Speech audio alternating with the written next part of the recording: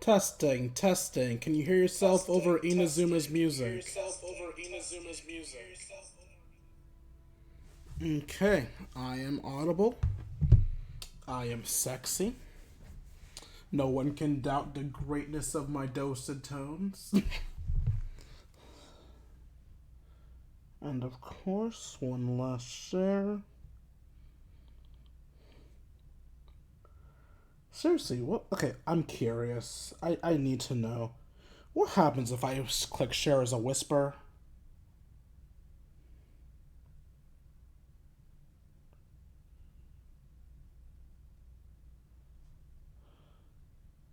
Start a whisper. What the hell's a whisper?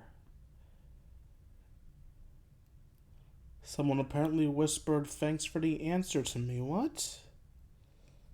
What is the. Oh! Oh! Interesting! So, whisper isn't in reference to the app. Whisper is the ability for me to tell a specific streamer that I'm currently streaming.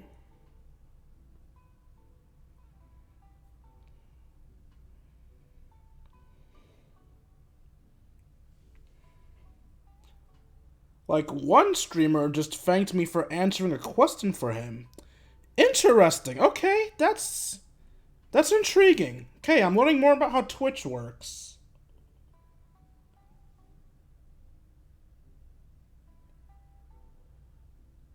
Alright, I forgot. I'm not even logged into my... Alright, fuck it, whatever. I'm just not going to share the link to the Twitch group. To the Discord group. Because I'm not currently logged into my Discord for reasons. So, yeah, fuck it. Alright. It's not like anyone there actually watches my damn streams anyway.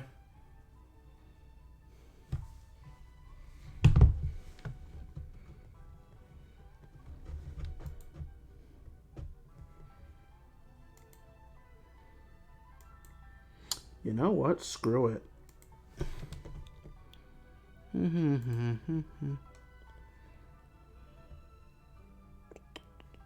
Where are you?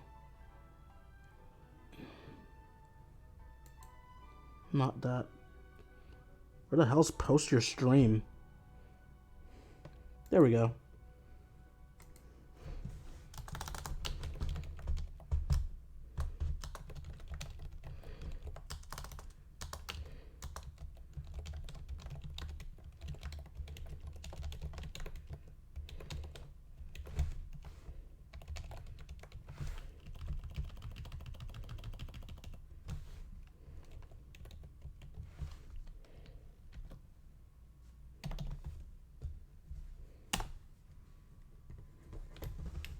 There we go.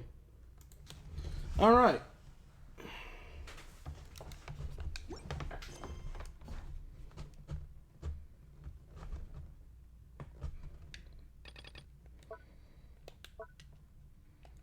So for those of you who haven't read the title of the stream, we're gonna do some world quest right quick. But first, for the sake of my own sanity... Yeah, just as I thought. One sec. I'm gonna go craft some condensed resin right quick. Much better. Okay, now that my sanity is sated, we're gonna be doing some Hangout events today because my PS4 doesn't feel like working. And of all of these Hangout events, the ones that I still need to do are... Well, I already done part of Toma and Sayu. No, not Toma and Sayu. I did part of Toma and Beizo on Beidou on camera already for my YouTube channel. So our options are Goro, Yunjin, Ningguang, Kuki Shinobu. Oh wait, no, I did Goro. Sorry. Yunjin, Ningguang, Kuki Shinobu, and Shikanoin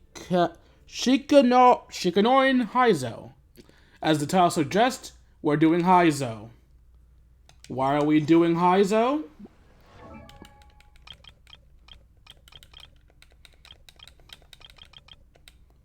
Because I'm in the middle of building Heizou. Look at this beautiful boy. I don't know a lot about him as a character. I don't care about him as a character. I just care about the fact that he looks like he'll be fun to play.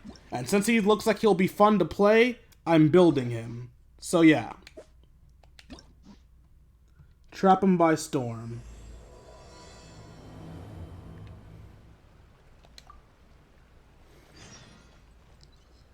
Go to Bonton Songo Detective Agency. I figured he'd work there. Literally, all I know about this kid is that he's a detective. And he's an animal catalyst user who casts spells by punching! Which is badass. Sup, Songo? What if the Traveler is also unavailable? What am I supposed to do? Well, that's your problem. It was your choice to get into this mess. Well, fuck you too. Oh, but fortunately for you, it appears your savior has just arrived. Ah, Traveler. Great, you made it. Don't worry, I'm available. Well, it's not like you were ever really busy to begin with. I'm gonna fight you! Songo? Compared to the Traveler, you're the one who has too much free time. No, I'm very busy. I'm busy standing here. I have to stand here all day. Even if it's a commission you're unwilling to take, your excuse is just pathetic. A commission you're unwilling to take? Yes, that's why I've asked you to come over. Allow me to explain. A key member of the Khaenri'ah Commission has recently gone missing. No one has seen them, and their whereabouts are currently unknown. The Khaenri'ah Commission has entrusted us to find this person discreetly because it would be a hassle for them to look for this person openly for a variety of reasons. Their name is... Kujosara. That's right. The general has gone missing. You lied. If the general was really missing, the Khaenri'ah Commission would have flipped Inazuma on its head by now. And do you think they would only commission us for a case like that? Please ignore Songo's nonsense, Traveler. In fact, the missing person's name is Shikanoin Heizou. He works as a special detective at the police station.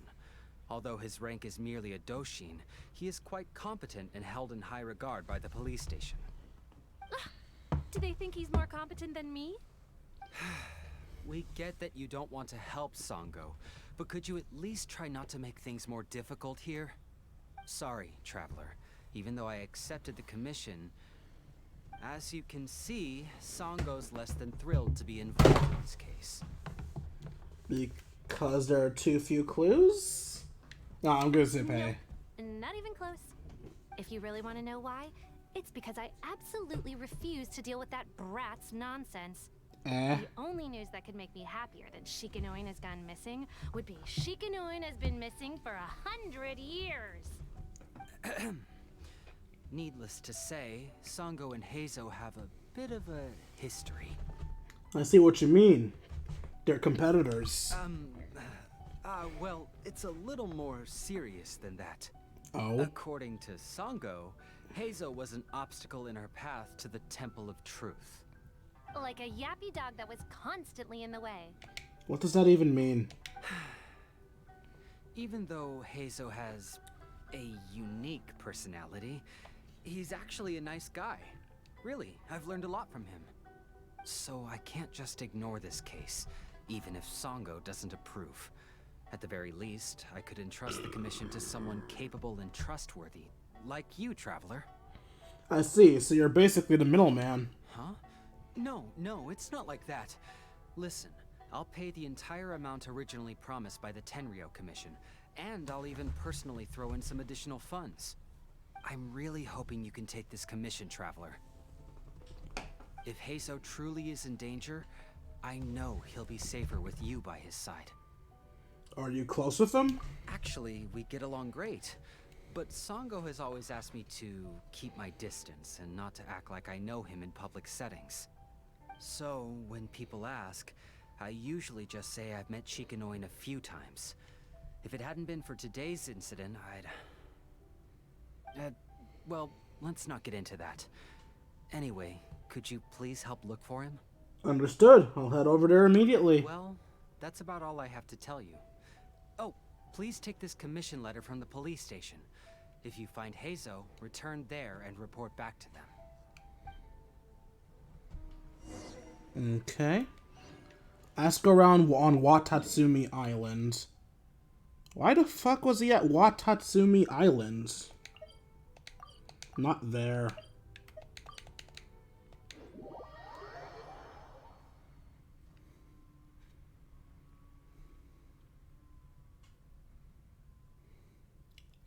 I actually forgot about the Hangout event's weird perspective of never seeing the Traveler. But I guess it makes sense to make it feel like you're actually the one hanging out with them. Oh, it's you, the captain of Swordfish 2? My name is Shibata. I'm in charge of the watch here. May I inquire as to what the captain needs? I'm here for information about a specific individual. You tell Shibata about the commission to find Heizou. So his name is Shikanoin Heizou, huh? Yes, I'm familiar with the detective. He used to stroll around the area. Her Excellency had assigned me to keep a close eye on him at the time, fearing that he would do something unpleasant, but I eventually realized that he acted more like he was on a trip or something. Come to think of it, I believe he was recently spotted in the area east of the Sanganamiya Shrine. Please feel free to go there and take a look for yourself.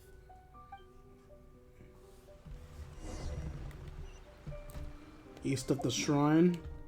That's a teleport trip.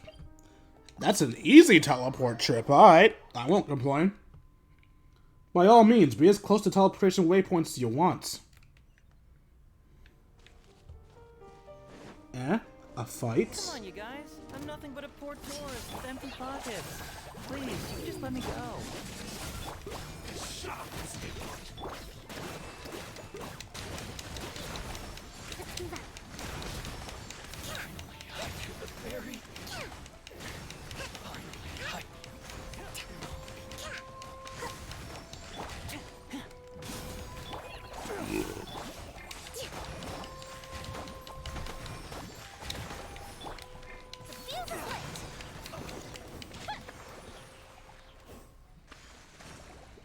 Well, look who it is. Do I was we know wondering you? who could be valiant enough to wipe the floor with these guys so easily. Turns out it was the distinguished traveler. Have we met? Really, I can't thank you enough. Exactly. Alright, so if Heizou can get a max of 6 stars, but he starts not trusting us entirely. Of course I was aware of you long before you arrived in Inazuma. Though the Sakoku decree managed to keep the country locked up, it wasn't able to stop the incredible stories about you. Every day, all of those little stories would come scurrying over to my desk, like files with little feet. I was actually thinking about going to meet you once I wrapped up the business at hand.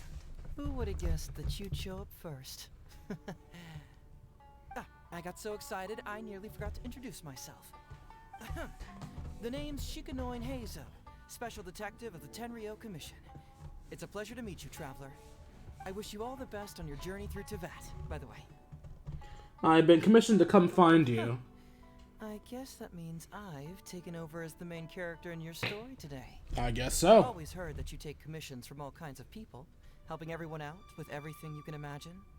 So now it's my turn to take your help, huh? Don't mind if I do. Aren't you curious about whose commission it That is? was already obvious to me. It's no coincidence that you've arrived here. Because that would be the stuff of an epic novel. The two protagonists of the story both travel to Watatsumi Island by chance and cross paths as if by fate. The traveler from afar heroically rescues the weak and defenseless detective from the clutches of the ruthless Nobushi. Traveler, you are so dreamy. What? Unfortunately, though, I don't believe in coincidences. So, guessing you came to me on the police station's commission, didn't you? One, why the fuck did that require all that story, poetic, love story bullshit? And two, how did you know that? I'm a detective. Can you guess what gave it away?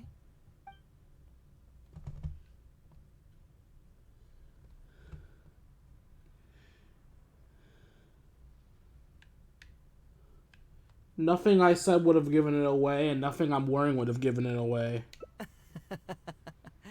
Sounds like you already have some ideas about the work of a detective. Let me ask you this. What's that your little sidekick is holding? If I'm not mistaken, it's a commission letter from the police station. Why is Paimon holding it? Behind you, your little sidekick hastily hides the commission behind her back. Paimon's just here to take a look. And hey, who are you calling a little sidekick? Paimon was worried he might be in danger, so Paimon came to help. How? Why are you two staring at Paimon? Is Paimon not supposed to be here? I'm not staring. I'm just taking a look. Yeah, I'm also just taking a look. He can look, but you can't. Oh, come on. Don't be like that. After all, this is the first time I've seen a voice. I must admit, I'm most intrigued. Seen a Wait, what? Voice? What are you talking about? Yeah, explain, please. A vision is an external magical focus, right? Well, similarly, a voice is an external voice box. I've heard that the Traveler isn't very talkative, but given how chatty you are, you must be his voice, right? That's an interesting way to look at it. Awful. Paimon's not somebody's voice. Paimon's emergency food.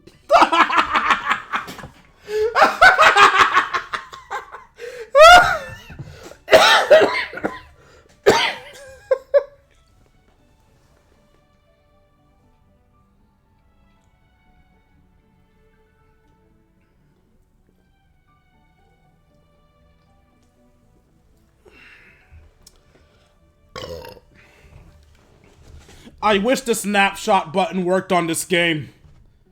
This is becoming a short. I don't care if I'm late. This is becoming a short, and no one can stop me. Wait. Paimon's so upset she can't think straight. Paimon is Paimon. How dare you give Paimon such a terrible nickname? We came here to rescue you, but you actually opened the cage yourself. You were only pretending to be captured by the Nobushi, weren't you? Pretty suspicious if you ask Paimon. Come out with it, mister. What kind of schemes are you up to? Sheesh. For someone who says they don't want to be a voice, you sure do talk a lot. Yes, I'd also like to know what you're doing here, Detective Heizou. Heizou. Well, let me think for a moment. Yes, all this started a long time ago, during the war. Kujo Takayuki, who was head of the Tenryou Commission at the time, had secretly asked me to investigate the military capabilities of Sangonomiya. But I had already grown tired of the guy for a while, so I simply treated the trip as a paid vacation. I had heard that Watatsumi Island is really beautiful.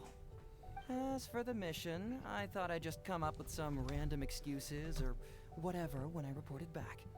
But guess what? The first night I arrived on Watatsumi Island, I had a dream.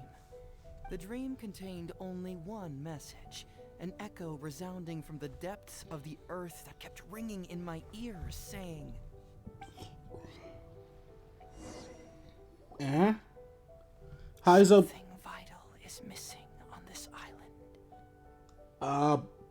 Okay. Isn't that bizarre? Something vital has gone missing on this island. Has something evaporated into thin air? Can I just say it's really weird wearing headphones when a character whispers into your ear? Paimon bets it must be something delicious. You know, because the soil of Watatsumi Island can't grow crops. There's a shortage of food here. Oh. Food, huh? How about you, Traveler? What do you think is missing? It's God. It's missing Paimon. You know what? I know. Let's make this clear right now. I know the answer is it's missing a deity. But I have to find out. Perhaps Watatsumi Island doesn't value your little partner as much as you do.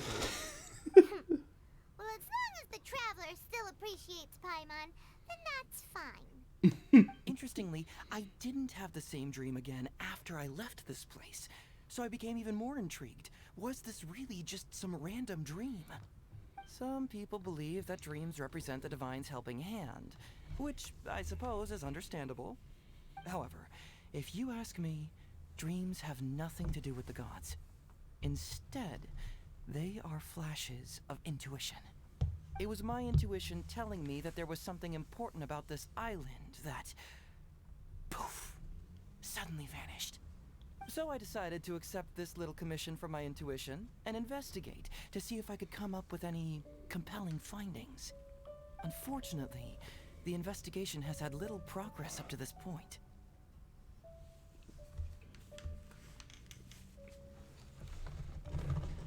Does it have anything to do with these new Nobushi? Who knows?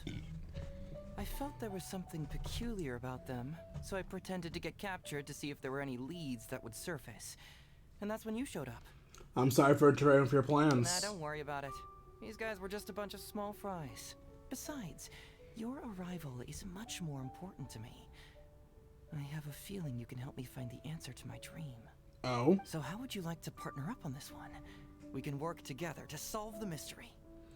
But I have a commission to fulfill, so I'll have to bring you back first. Yes, of course, I understand. But let me ask one more question. Did the police station say they are looking for me because of something important? No, they didn't. Well, then it's probably nothing major. Most likely they're short on staff or something petty like that, and they happen to remember their model employee. So since we're already here, why don't we just solve this puzzle together? Once everything is settled, I'll gladly accompany you back to the police station, or anywhere else you'd like to go. What do you think? I guess in canon, this is how I recruit Heizou.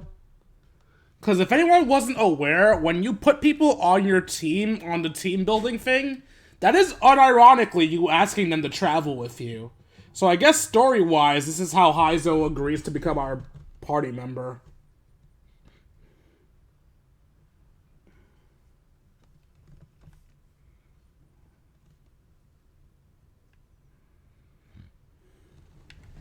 You really care about others, don't you? You'll make an excellent partner. Well, let's get started, shall we? First, we can search the camp for clues.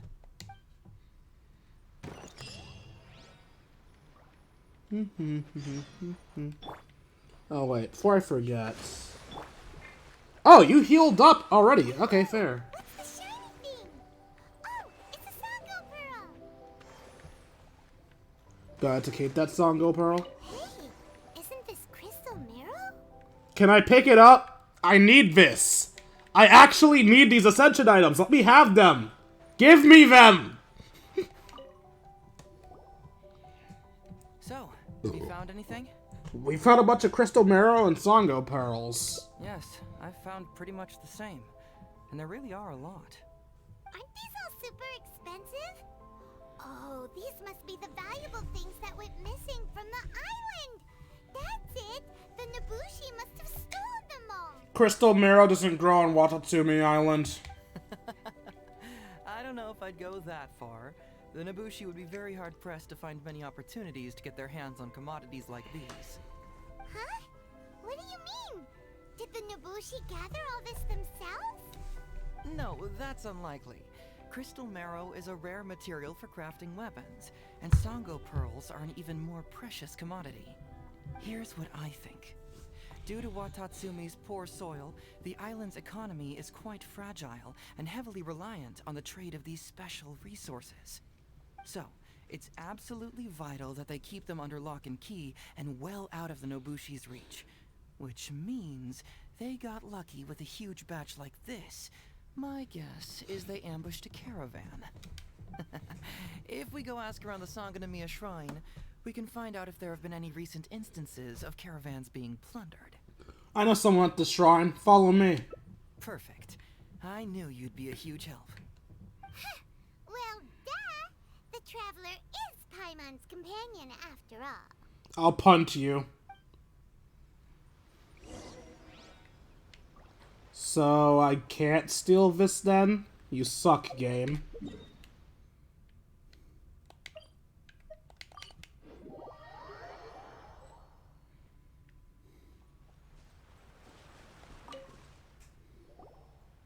Captain, I see you found the detective. Watatsumi Island sure is a beautiful place. I don't think I could ever leave. You can stay as long as you like, granted you don't cause any trouble, that is.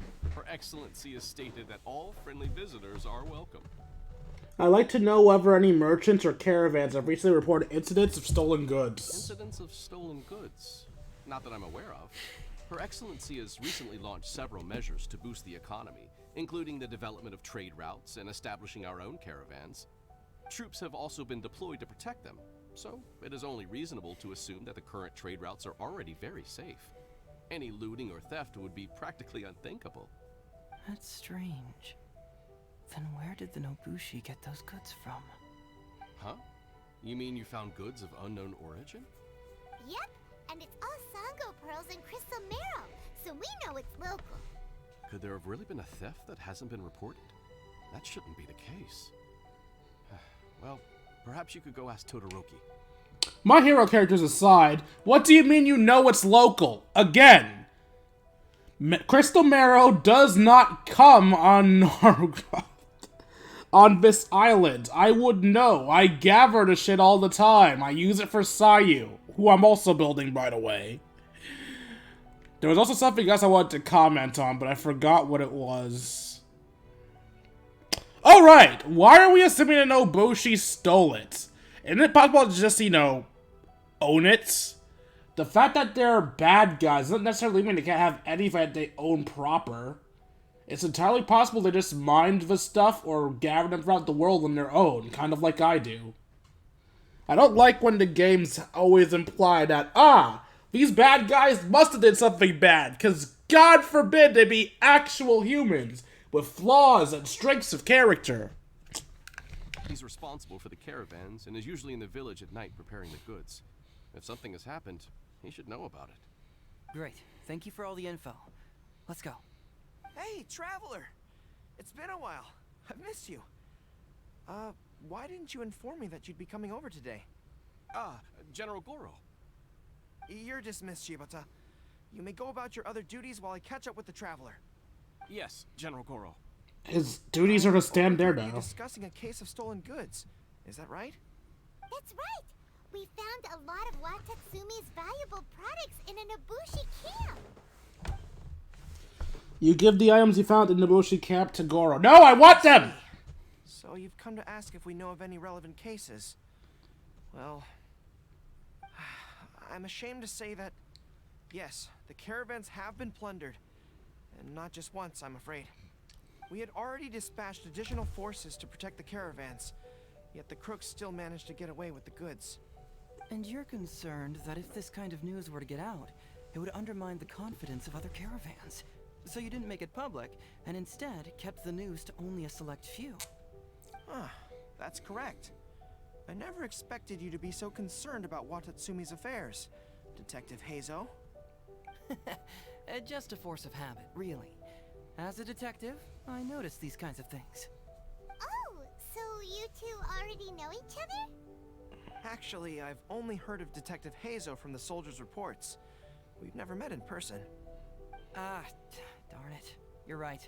Now that you mention it, I've been on Watatsumi Island all this time and still haven't properly introduced myself. Man alive, please forgive me. It's a pleasure to meet you, General Goro. I'm Shikanoin Heizou of the Tenryou Commission. Yes, it's a pleasure to meet you too. I'd like to express my gratitude to you for stepping in and helping recover those goods. Don't mention it. You never know what you'll find when you're out for a stroll. But if the source of the problem is not addressed, I'm afraid this sort of situation will continue cropping up for you. Yes, of course. Not only have we reassured the affected caravans, but we also dispatched personnel to investigate the culprits. The reports indicated that the stolen goods were being delivered to a merchant of the International Trade Association named Godot. It all seems pretty unusual. We suspect that there are bigger players behind Godot, and that their target is none other than Watatsumi Island's valuable resources. But unfortunately, it would be difficult for us to investigate further, given that Rito, the island where the International Trade Association is located, is not part of your territory, yes. They have cleverly picked their base of operations. I can see you catch on quickly, Detective Heizou. It's my guess that you're telling us this because you're going to ask us to assist you in finding who's behind all this, right? You're always thinking one step ahead. Yes, Those were exactly my intentions. And of course, we will prepare a generous reward for you. The recent end of the war, trade and commerce have now become an important component of Watatsumi Island's development. Ensuring safety of the trade routes is critical, and we can't afford any further incidents. So, will you please help Watatsumi Island, Detective Heizou? I'm willing to assist, but it all depends on what he wishes. As Captain of Swordfish 2, it's my duty to help Watatsumi. Great! With both Detective Heizou and the Traveler on the case, I'm sure it'll be solved in no time. The situation is now in your capable hands. I look forward to hearing your report when you get back. All right, we'll take care of it. Traveler, let's go discuss where to head from here. I assume if I chose the other option, I would have gotten a heart from him, but honestly, I've been trying to focus less on choosing what they'll like, and more on choosing what I myself think I would say. Side note, I myself would have been abandoned by Barbara in her hangout events. Hey, why are we talking way over here? Oh, you're not trying to get away from Goro so he can't overhear us, are you? Very perceptive. Seems even Paimon has her moments. Let me ask you, do you believe in intuition? Huh? Intuition? Where are you going with this? My intuition tells me that General Goro is lying. Oh? What? How could you say that? Although he did seem a little on the serious side today, but Goro's a good guy. Good people can lie. People can be deceptive too.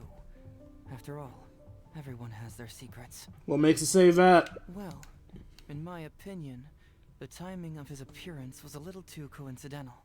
Sanganamiya soldiers have been keeping an eye on me for the entire time I've been on Watatsumi Island, yet I had never seen General Goro even once. But today he came out and met with us, and even commissioned us to investigate a case. Maybe that's because the Traveler is here today, and Goro thinks he's more capable. Oof. Really? Huh. Then that makes things even more peculiar. If there are powerful players behind this case, and he needs to draw upon external support, then he should have taken action sooner rather than wait until today. A more plausible explanation is that the items we discovered are linked with some unspeakable secret, and he had to intervene to prevent us from digging any deeper. Then he put up a smokescreen to mislead us. I surmise that investigating the merchant Godot on Rito will yield no results. Whoa, are you serious? But this is all just a hunch you have, right?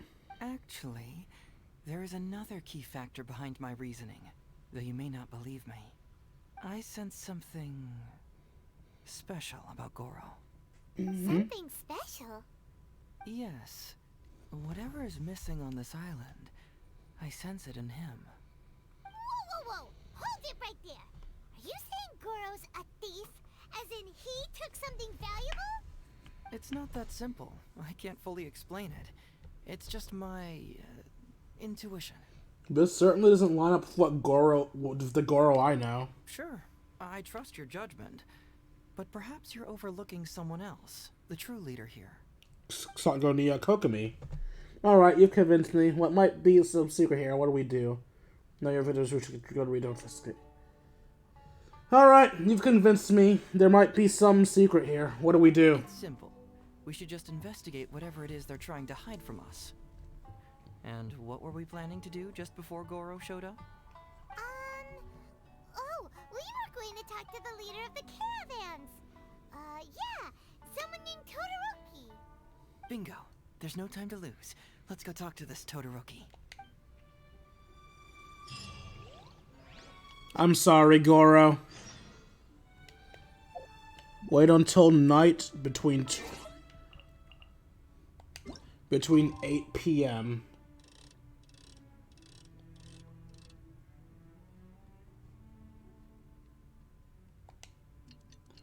I like to get as close to the beginning of the time as I can so that I don't accidentally take too long to get there. But friends are forever.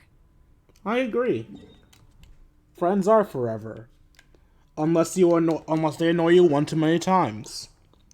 Then you have to kick their teeth down their throats and make sure they show up forever. I mean, what?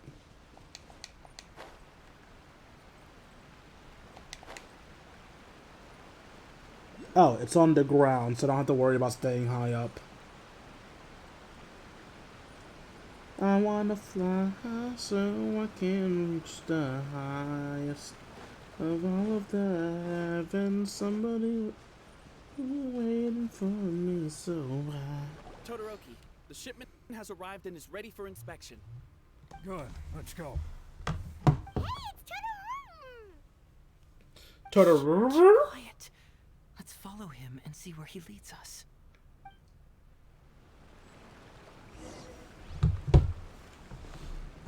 Man alive. Todoroki, the shipment has... Good. Keep I looked away as it happened, if you guys are wondering why it was that... Oh, God.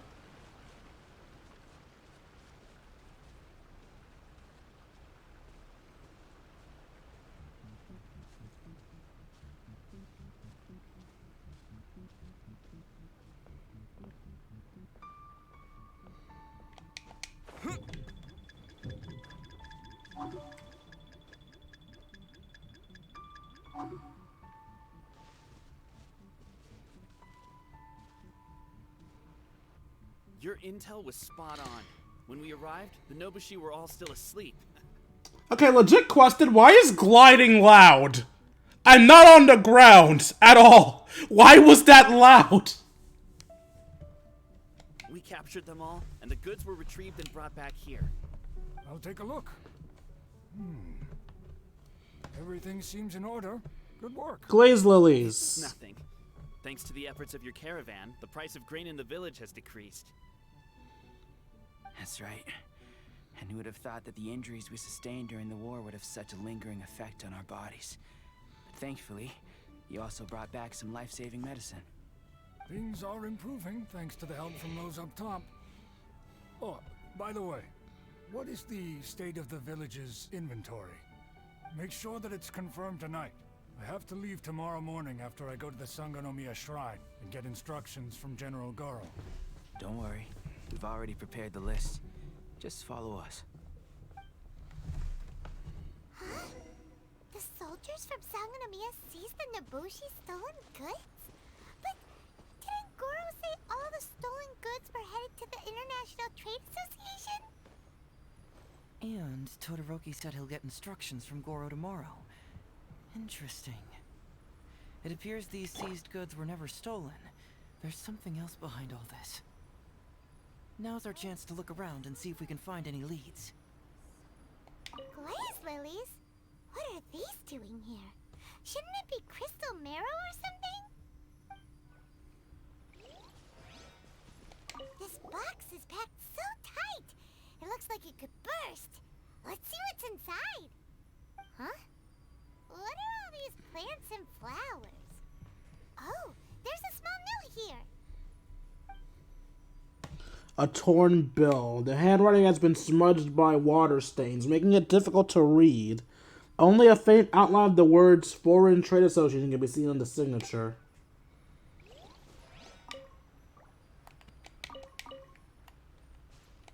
Whoa! Qingxian? Paimon was expecting to find Sango pearls.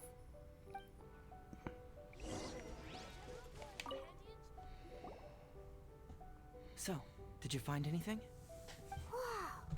Look at all the Qingxian! And glaze lilies too! There are also tons of other plants and flowers Paimon doesn't know here. Weird. These are valuable raw ingredients for producing medicine. If these few crates were to be imported from Rito, the price would be jaw-dropping.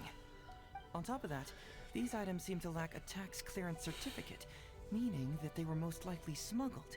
Yes, very interesting. Now, where did the Nobushi get these goods? How about you? Did you find anything else? There's a bill here addressed to the Foreign Trade Association. Foreign Trade Association? I've never heard of such an organization in Rito. And if it's regarding foreign trade, then smuggling is an even more likely possibility. Alright, in which case, I have a rough hypothesis. First, we... Huh? Who goes there? Oh no! We've been spotted! Run! Wait, Captain? Is that you? Oh, So it's you, Captain. You had me worried there. We almost mistook you for bandits. Captain, do you remember us? During the war, I was in the field hospital with Masashi. Teppei brought you to see us and helped find medicine for us. Teppei! Hey, come on now. The captain wouldn't forget. I gotta tell you, Captain, we all miss you. We haven't seen you ever since the end of the war. When we heard that you were coming here, we just assumed you were only going to see General Goro and Her Excellency. The guys are all really hoping to see you. How have you all been? I totally was not gonna visit them. Aether, you're a dick. We're fine. You don't have to worry about us, Captain. No, you're not fine. Captain, you may not be aware, but Masashi previously fainted on the front lines. The doctor thought that it might be a neurological condition caused by overstimulated emotions. It's pretty serious. According to the doctor, if it hadn't been for the medication he's been taking, he would have developed dementia. And that was assuming the best case scenario. Was he using a delusion? Going to talk. Don't forget why I fainted in the first place. It's because I heard that you got yourself killed by an arrow. I couldn't handle all the emotion. Later, I found out that he'd been shot in the buttocks, and it was only a mild injury. I had an emotional breakdown for nothing. What do you mean for nothing? I got shot not by one, but 2 arrows in a row. The first arrow was to the left cheek, and the second arrow was also to the left. Ouch. And because the arrows were poisonous, the wound still hasn't completely healed yet. I have to apply ointment every day, and I'm constantly worried it might reopen while I sleep. Look on the bright side. At least we're still alive. Yeah, I suppose you're right. But enough about us. What brings you here, Captain? Tell me about these goods. These goods were all seized from the hands of Nobushi and treasure hoarders. Todoroki was the one who provided us with the intel. He mentioned there were bandits here and there, so we went and took care of them while also confiscating the goods. By the way, Captain, you still haven't met Todoroki, have you? He's the one we're working for now. So Todoroki seems to have personally fixed the woes of this island. Seems to be the highest ranking salesman and conveniently knows where everything was stolen. This might be a long shot, but is it possible that Todoroki hired the Nobushi to steal the things and then told people where they could find it so that they would then be retrieved and given to him as a reward? Nah, it's probably dumb. It's probably a dumb thought, I'm sorry. Her Excellency recently announced plans to stimulate the economy and created the caravans, with Todoroki at the helm. Yeah, he's proven to be quite capable. Even though he was just a farmer before, he's now successfully running the caravans. And his 2 sons were also our brothers in arms. Both received a special medal of honor from General Goro, which is quite remarkable, don't you think? So, as injured veterans, we've been reassigned to Todoroki. He's the one who gives us orders and pays our salaries now. What do they call that again? It's called changing careers, dummy. Ah, right. Changing careers. Anyway, I think the whole caravan thing is wonderful. Our region wasn't very prosperous to begin with, and the land can't grow any crops. We have to pay a hefty price just to get basic food from outside. I can't even imagine trying to maintain and feed an army like we did during the war. I see. I think I understand the general situation now. May I ask where the apprehended criminals are?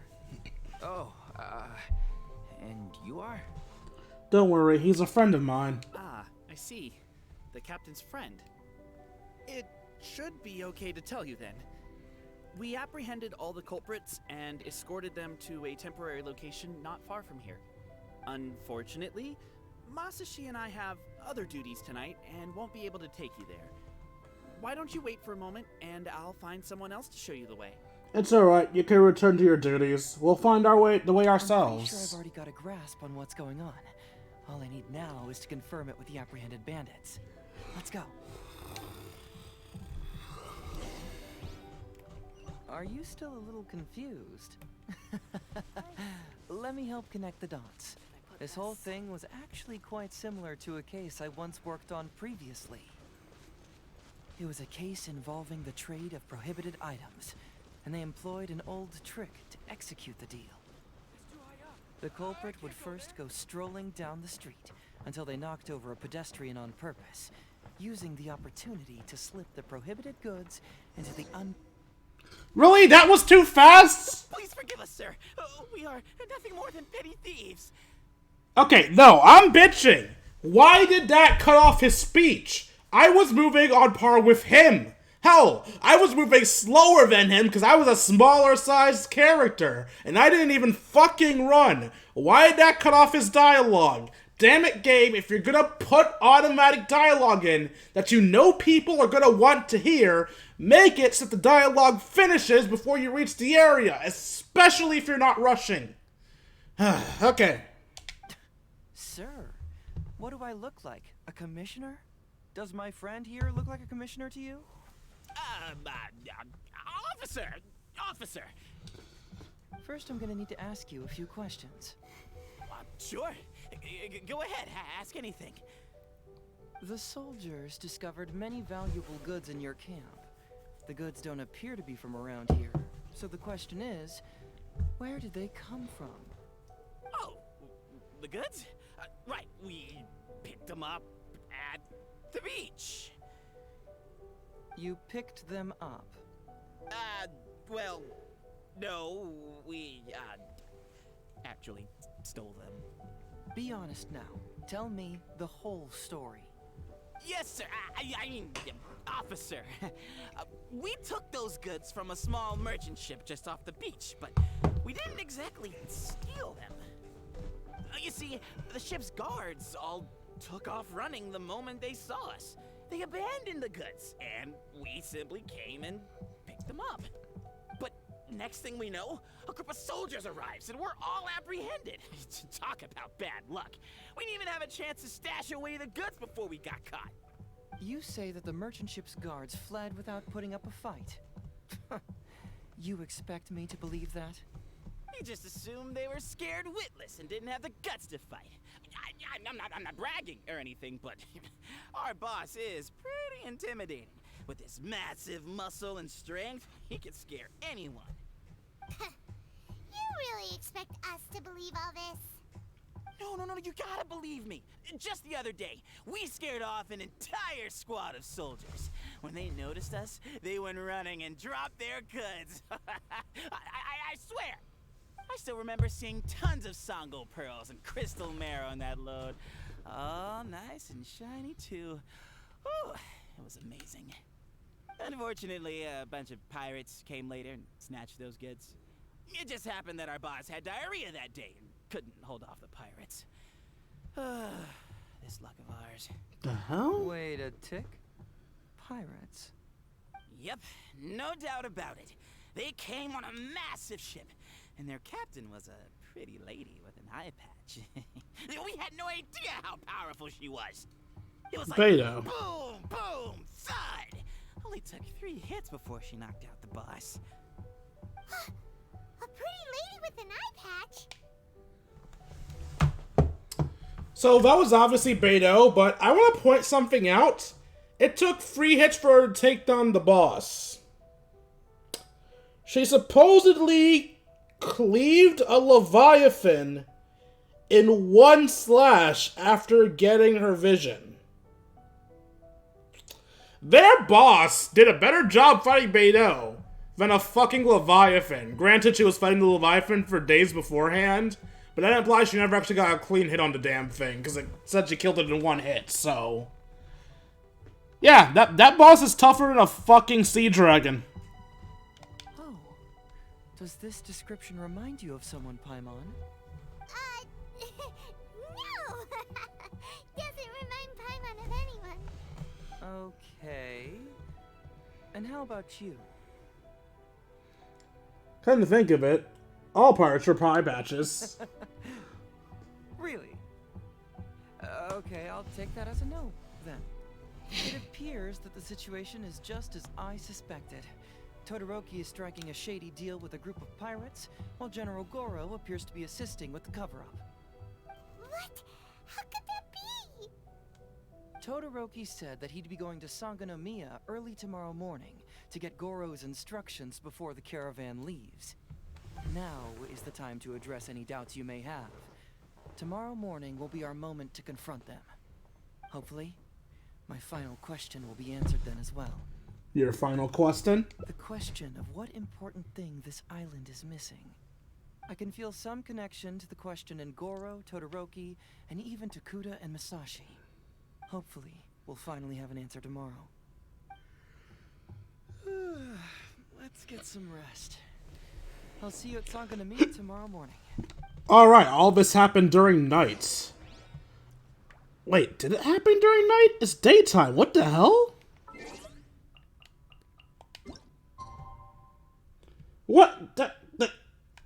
I swear to God, I skipped to, like, this time before we started doing this. How the hell did this somehow take us all goddamn day? Anyway, we want to get up at 8 a.m. Oh no, I woke up 1 minute late. Whatever will I do?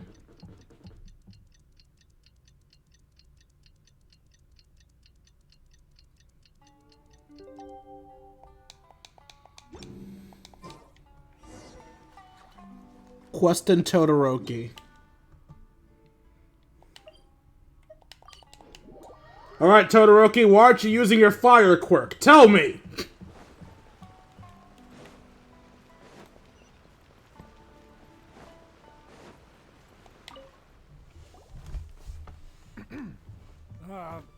Who are you? Hello, Todoroki. I'm Shikanoin Heizou, Special Detective of the Tenryou Commission. I believe you've been manipulating large-scale illegal trades for some time now. Mind if we talk about that for a bit? You can't just go around spewing such nonsense, young man. And what if I'm not talking nonsense? Ridiculous. I don't have time to listen to this.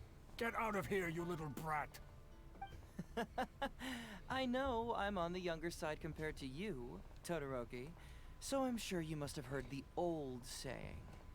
Off the scale, some goods only weigh a couple pounds, but on the scale, they weigh more than 1,000. So the question is, do you want to put your goods on the scale or not? What are you trying to say? Good question. Well, nothing. All I want to hear is you personally confirming what we already know to be the truth. Masashi! Tokuda! Arrest these people! Huh? For what? Existing? What's wrong? Who dares to cause trouble at Sangonomiya Shrine? Huh? Wait, it's... Captain? What are you doing? Talking. These crooks are trying to pry into the secrets of Watatsumi. We mustn't let them go. But, no. There must be some kind of misunderstanding. Todoroki, this is the captain of Swordfish 2, one of our own. It doesn't matter who they are. Remember what General Goro told you? A long-term goal of Watatsumi is to revive its trade and commerce. And since you have been assigned to work with me, it's my orders that count around here. I don't care if they were your captain. Would you dare disobey orders?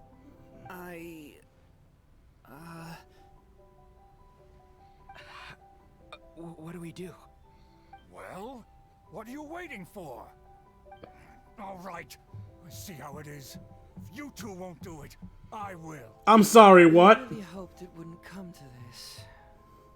But... here we go. I'm sorry, you're gonna fight us? Everyone, stand down! General Goro, Hold up! you're here. No, Goro, you stand down, bitch. I wanna see how this old man My fights. apologies. Traveler, Detective Heizou. I wasn't telling you the truth. We noticed. Todoroki, the Traveler here is the hero who saved Watatsumi Island. Without him, Watatsumi Island would never have found the peace it has today. We mustn't raise our weapons against him. How could you be so naive, General Goro? If we let them go free, then who's to say the Shogunate won't... The come after fuck us happens tomorrow? if I accept the world If the request in the middle of Shogunate this? decides to investigate, we won't be able to hide the truth. I wouldn't allow them to take you, Todoroki. Let's not kid ourselves. If going to jail could solve the problem, I would go and turn myself into the Tenryou Commission right now. The question is, what are we going to do with the goods? Will you be able to keep them? Not to mention the chance of astronomical fines. Can you afford that? Goro, we both know that Watatsumi Island is a barren land. Plant 100 radishes here and maybe only 3 would grow. And those 3 combined would still be smaller than just 1 carrot imported from elsewhere.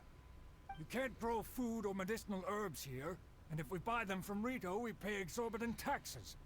My eldest son died fighting on the battlefield. But do you know how my second son died? He died because there was no medicine to treat him. You awarded both of them medals of honor, but did that save their lives? Can medals heal Tokuda and Masashi's wounds? No. It was the medicine that I got that saved their lives. If we detain them today, the Shogunate will never know what we've done. Besides, they're only a few months away now. We will set them free once the new bill is passed in just a few months, and everything will be okay.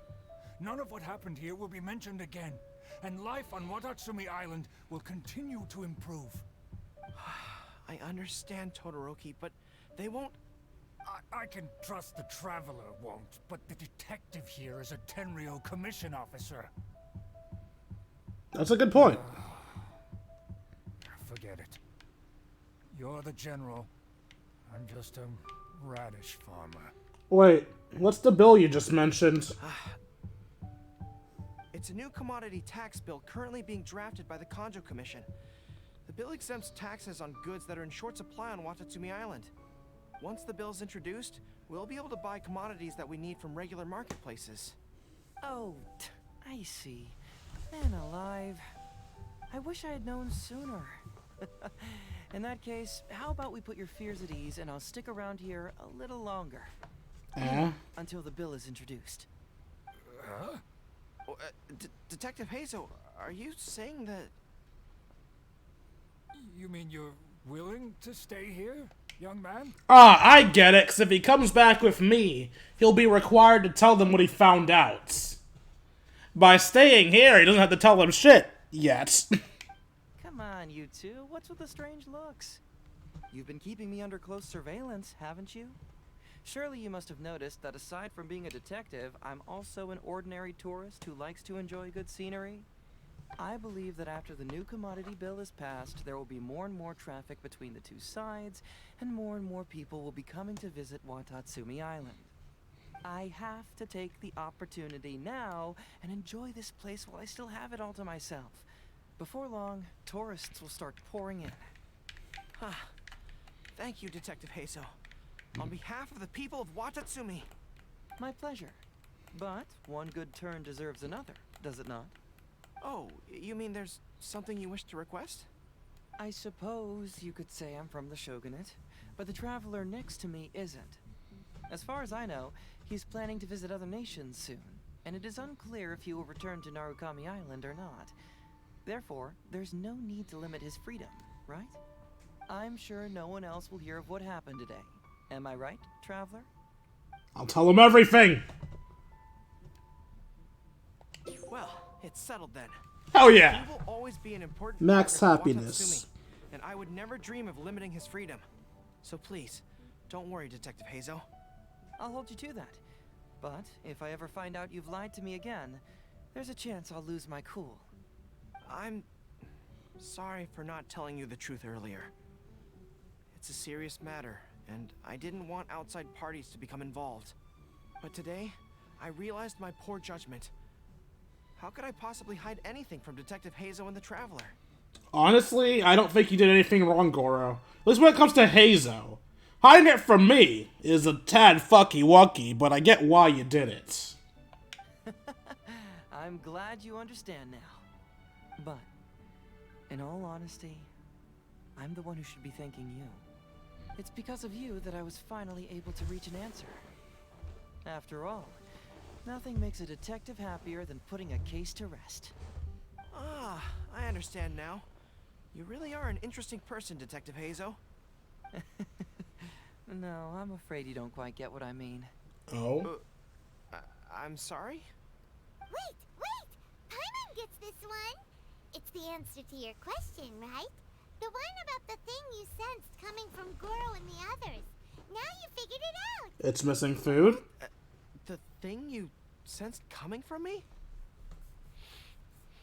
But I always have excellent personal hygiene. No, not like that. Hey, traveler. Could I talk to you for a moment?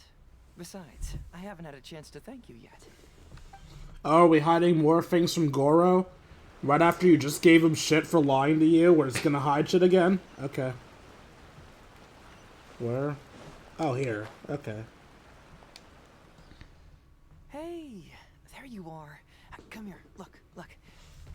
It's beautiful, isn't it? Watatsumi Island. I must admit, it's kind of really nice. remarkable how such a barren land can give life to such wonderful and stunning scenery. To be honest, I am grateful to you for this trip. Before you arrived, I was running around like a headless chicken. Even if I happened to find out what was going on here, I wouldn't have been able to uncover any concrete information without you present. I'm just sorry that I promised I'd accompany you back.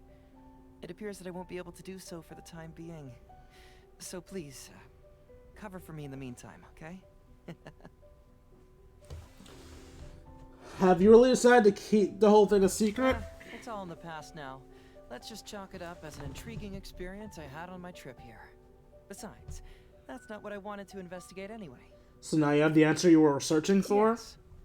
Everyone you led me to and everything they said brought me closer to the answer. And now I finally get it. Alright. Watatsumi Island is an ancient land where the soil is poor and many crops do not grow because it's lacking a certain thing. Water? But what the inhabitants of this land do have is bravery. They were courageous enough to stand up and resist the gods and accomplish what they knew could not be done. This is yet another instance in which that certain thing shines. Heart? That missing element. That certain thing is what I sensed present in Goro, Todoroki, Tokuda, and Masashi. Determination? Which is the true vitality of this land. I guess I was mistaken when I declared that something was missing. That something from this island had evaporated into thin air.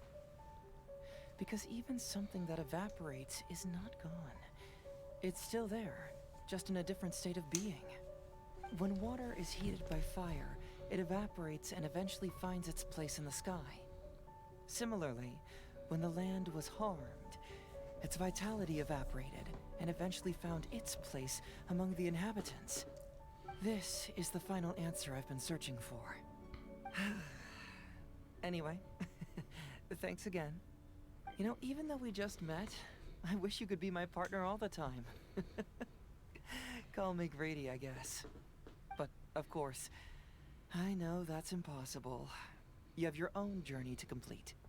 So I'll just keep doing what I can. Hopefully keeping my memories from evaporating safe and sound in my mind. That way, I'll always be able to remember these beautiful things. The beauty of Watatsumi Island. The people who are full of life and vitality. And you two, who are by my side.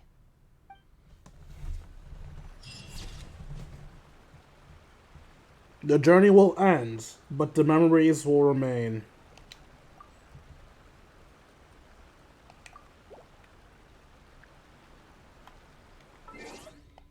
Alright, time to get the other endings.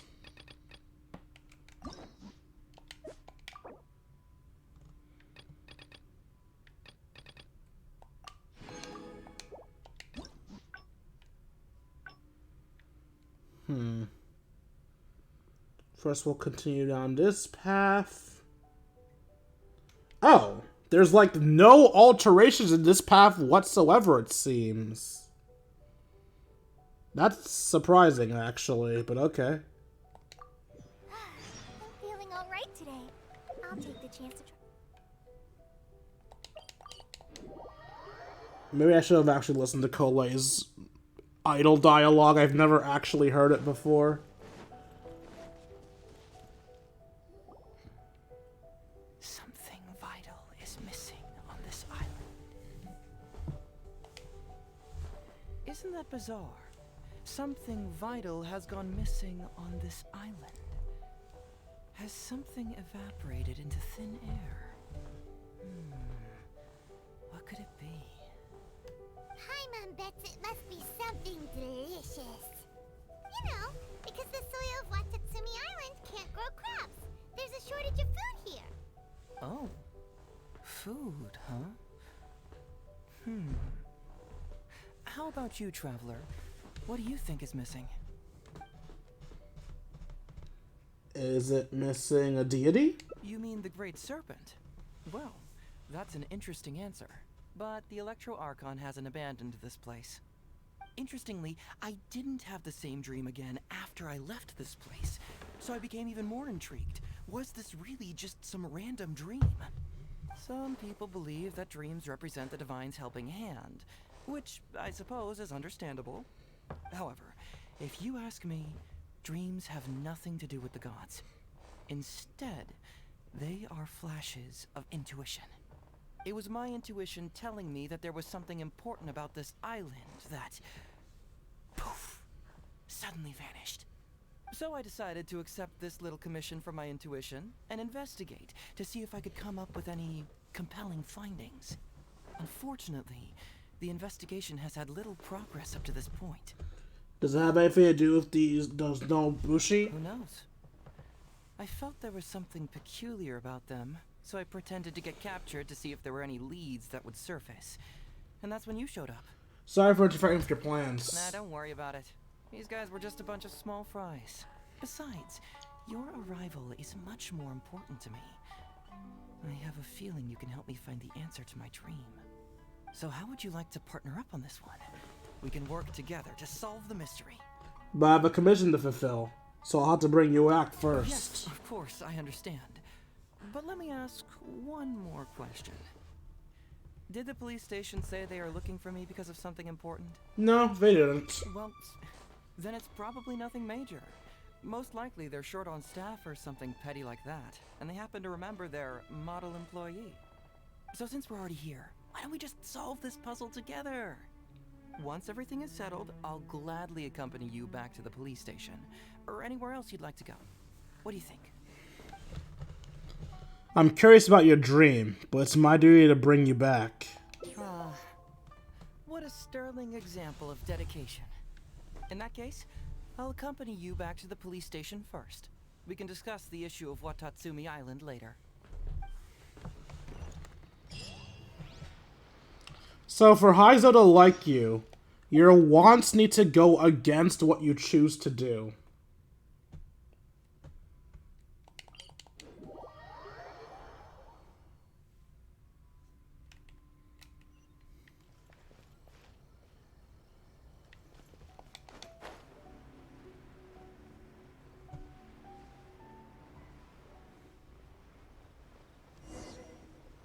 Cole, Cole, Cole, Cole. Hello. Oh, look who showed up. Heizou, you're finally back. Listen, if you took any longer to come back, everyone at the police station would be toast. You say that every time I come back, Uesugi. However, something does feel a little unusual about the police station this time. Come on, would I ever lie to you? Madame Kujo-Sara is here, and she's on the warpath, so be on the lookout. What's that lady doing here? Doshin Shikanoin, I see you finally returned. Please, enlighten us. What have you been doing recently? Okay. I was just out investigating a case. Don't give me that. I checked the records here. You didn't take any cases. Actually, it's a case of personal relevance to me. These two can attest to that. Traveler? Paimon, what are you two doing here? We're the ones who brought Heizou back. Brought him back? Can someone please explain? Well, Madame Kujo-Sara, because we couldn't locate Doshin Shikanoin, we commissioned Detective Ryuji from the detective agency. Shortly after, Ryuji returned to tell us, that he had given the commission to the Traveler, and then... Ugh, it used to be that the Tenryou Commission assisted others with disappearances, but it seems these days others are now assisting us. You've done it this time, Shikanoin. I think I've really seen it all. I mean, is it really so unusual for officers and citizens to assist one another? Ahem. Actually, he did seem to be investigating a case. Yeah, it was kind of weird, but it was definitely an investigation. He even pretended to be captured by Nobushi and treasure hoarders. Oh? Is that so? Well, since you are testifying for him, I suppose I won't ask any more questions. But since you're here, I have an extra favor to ask. What is it? I'd like you to be Shikanoin's temporary supervisor. It'll be your duty to ensure that he handles his case properly, and that he doesn't disappear and neglect his work again. I'll be sure that the police station prepares the appropriate compensation. Oh, yes, Traveler. I'm sure we'd all really appreciate it. Heizou seems to be happy with the idea. Understood. Leave it to me. You should thank the Traveler this time, Doshin Shikanoin. Otherwise, I don't think I would have let you off so easily. Here, take this letter of complaint. It's written against you. Please consider carefully what to do with it. I do not wish to see another one. Understood? Huh? Someone filed a complaint? That can't be right. Why would there be a complaint letter? You must not be doing your job properly, and now you're attracting complaints. No, it really doesn't add up. You two don't get it. Although Madame Kujo-Sara just made some harsh remarks, we all know that Heizou-senpai is a real whiz when it comes to cracking cases. He's the biggest asset in our team. Several leaders have risen through the ranks as a result of his achievements. He's definitely no slacker. Then he must have gotten himself into some kind of trouble. Well, let me see what's the deal here. Oh, and since you agreed to be my temporary supervisor, you'll find the desk where new case files are kept right over there.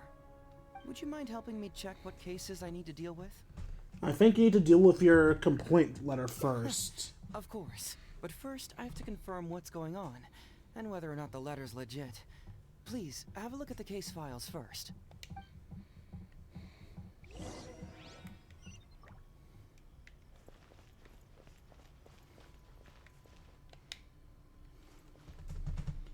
The Prince of Mischief in Hanakura, the case of missing Eastern Express, an approval reply for Heizou wait, what?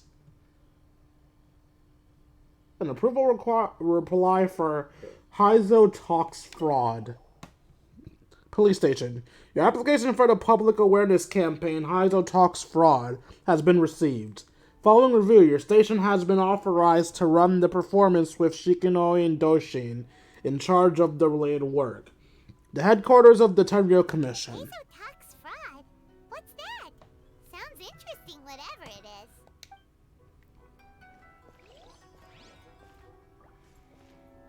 The Prince of Mischief immediately makes me think of Ito. There's a slacker who claims to be the Prince of Mischief, terrorizing Hanamazaka children have reportedly been losing valuables in the area, the bulk of which are Onikabuto, Genius Invocation TCG cards, and so on. Yep, definitely sounds like Ito. What? Not him again.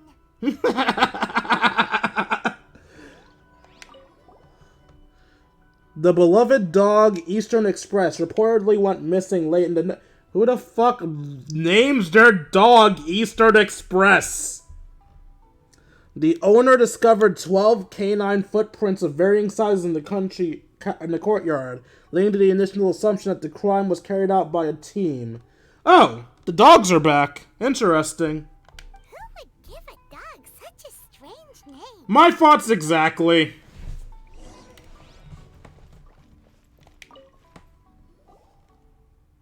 So, have you gone through the case files?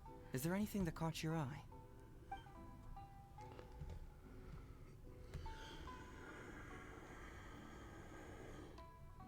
I'm more exposed to Cape complaint letter against you. I'm afraid this won't be an easy task. I was hoping I wouldn't have to drag you into this, but it's just occurred to me that with your help, I might be able to wrap up this problem. Alright then, tell us about the complaint letter. It's from Sango, the president of Bantan Sango Detective Agency. I assume you've met her before? Yeah, I know you two have some beef, and it appears to be pretty You serious. can say that. Sango's complaint letter accuses me of abusing my power for personal gain and blatantly concealing the truth behind the Ryuji case from years ago. Seriously, do I really seem like the type of person who'd do that? Concealing the truth? That definitely sounds like something you would do. It really is. Hey, don't judge a book by its cover, alright? Let's just go to the detective agency and talk to Sango. We need to speak with her to get to the bottom of this.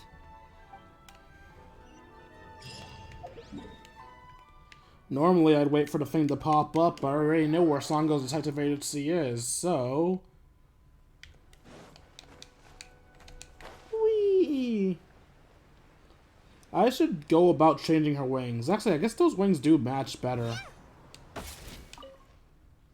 Welcome back, Mr. Heizou. I'm glad you're all right. How about some tonkatsu?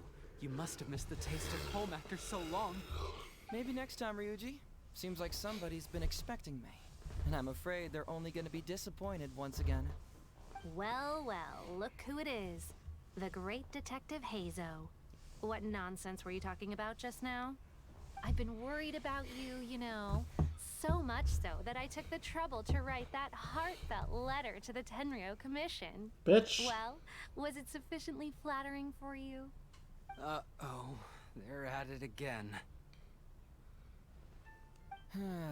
Let's not waste the traveler's time, Sango. Just tell me, what do you want? Fine by me. My request is simple. Disclose all the details of the Ryuji case. It's time you stop hiding the truth and let me investigate it thoroughly. First of all, that case has already been solved. Second, I've disclosed everything the police station has on the case. And third... Enough! You can only fool Ryuji with that. If you don't want to cooperate, I can assure you that I will write more letters to the headquarters of the Tenryou Commission. I will not give up on this case. Wait, hold on. Can someone please explain what's going on here? Paimon doesn't have a clue what you two are talking about. All right, let me explain. Several years ago, a terrible murder took place in the police station. I was still working at the Tenryou Commission then, and the victim was actually my dear boss. Due to various factors, I was deemed to be the top suspect, which is why it's called the Ryuji case. Also, Heizou wasn't a part of the police station back then. He was a detective at the agency, which at the time was called the Bantan Sango and Heizou Detective Agency. Huh? That's crazy! But, wait. Then why did Heizou leave? After the incident, I was quickly convicted and sent to prison. Fortunately, Sango then promptly proved my innocence and caught the real murderer. But that murderer was actually just a dummy to throw us off. Am I right, Detective Shikanoin? Sango thought that everything went smoothly, so much so that she suspected the real murderer was someone else. Of course, Detective Heizou was also helping with the investigation, but after a long time, he still came up empty-handed. Later on, he decided to join the police station to continue his investigation on the inside, which is why he left the detective agency. Ha! That's what I thought too. I was foolish enough to believe that Detective Shikanoin and I shared a common goal. But I was wrong about him. He has no sense of loyalty at all. He just wanted to become an official as a means of gaining fame and fortune. What? Come on, stop exaggerating. Let me set the record straight here. First, I joined the police station long after that murder case happened, and it had nothing to do with any inside investigation. That's just somebody's wishful thinking.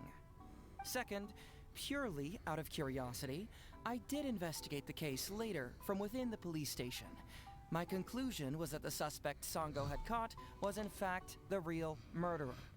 And lastly, when Sango didn't buy my conclusion and asked me to disclose all related case files from the police station, I did exactly as she asked. I didn't hide anything. He's lying right through his teeth. That's it. I want this to end once and for all. Since the Traveler's my supervisor today, they have complete access to all the police station's files. If he's willing to help re-examine the case and arrives at the same conclusion that I did, then you won't have to doubt me anymore. Heizou, I'm letting you know right now, if there's anything you hid from her, I'm giving it to her. Whoa. Huh? Unless you don't trust the Traveler. Come on, say it. It's not about whether the Traveler's trustworthy. I'm just wondering if you will interfere somehow. The thought never even crossed my mind. You have to swear that you will not mislead the Traveler by any means, and let him investigate the truth on his own. No problem. Cross my heart, hope to die. Well, Traveler, are you willing to help me with this? Will you agree to re-examine the Ryuji case and find the truth? You can bill me later for however much you'd like as compensation. Oh, I'm gonna overcharge the fuck out of you. Sango, really? However much they want? Money is valuable, no doubt. But pursuing the truth is the reason I started this agency. The Ryuji case is the only case I failed to solve. I am willing to give you anything. I want your body. No. No need. Simple thank you will be enough. I'll do my best. All right. I'm counting on you, Traveler. You hear that, Detective Shikanoin? Ha! Now we just need to wait and see. All right, I got it. No need to keep yammering like that. You'll scare the kids next door. Come on, let's go back to the police station. Oh, and for the record, I want that thank you to be physical. Anyway.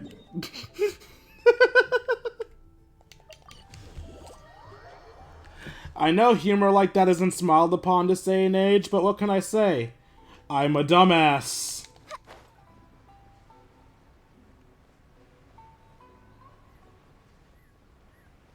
I missed the earlier 2000s and early 2010s.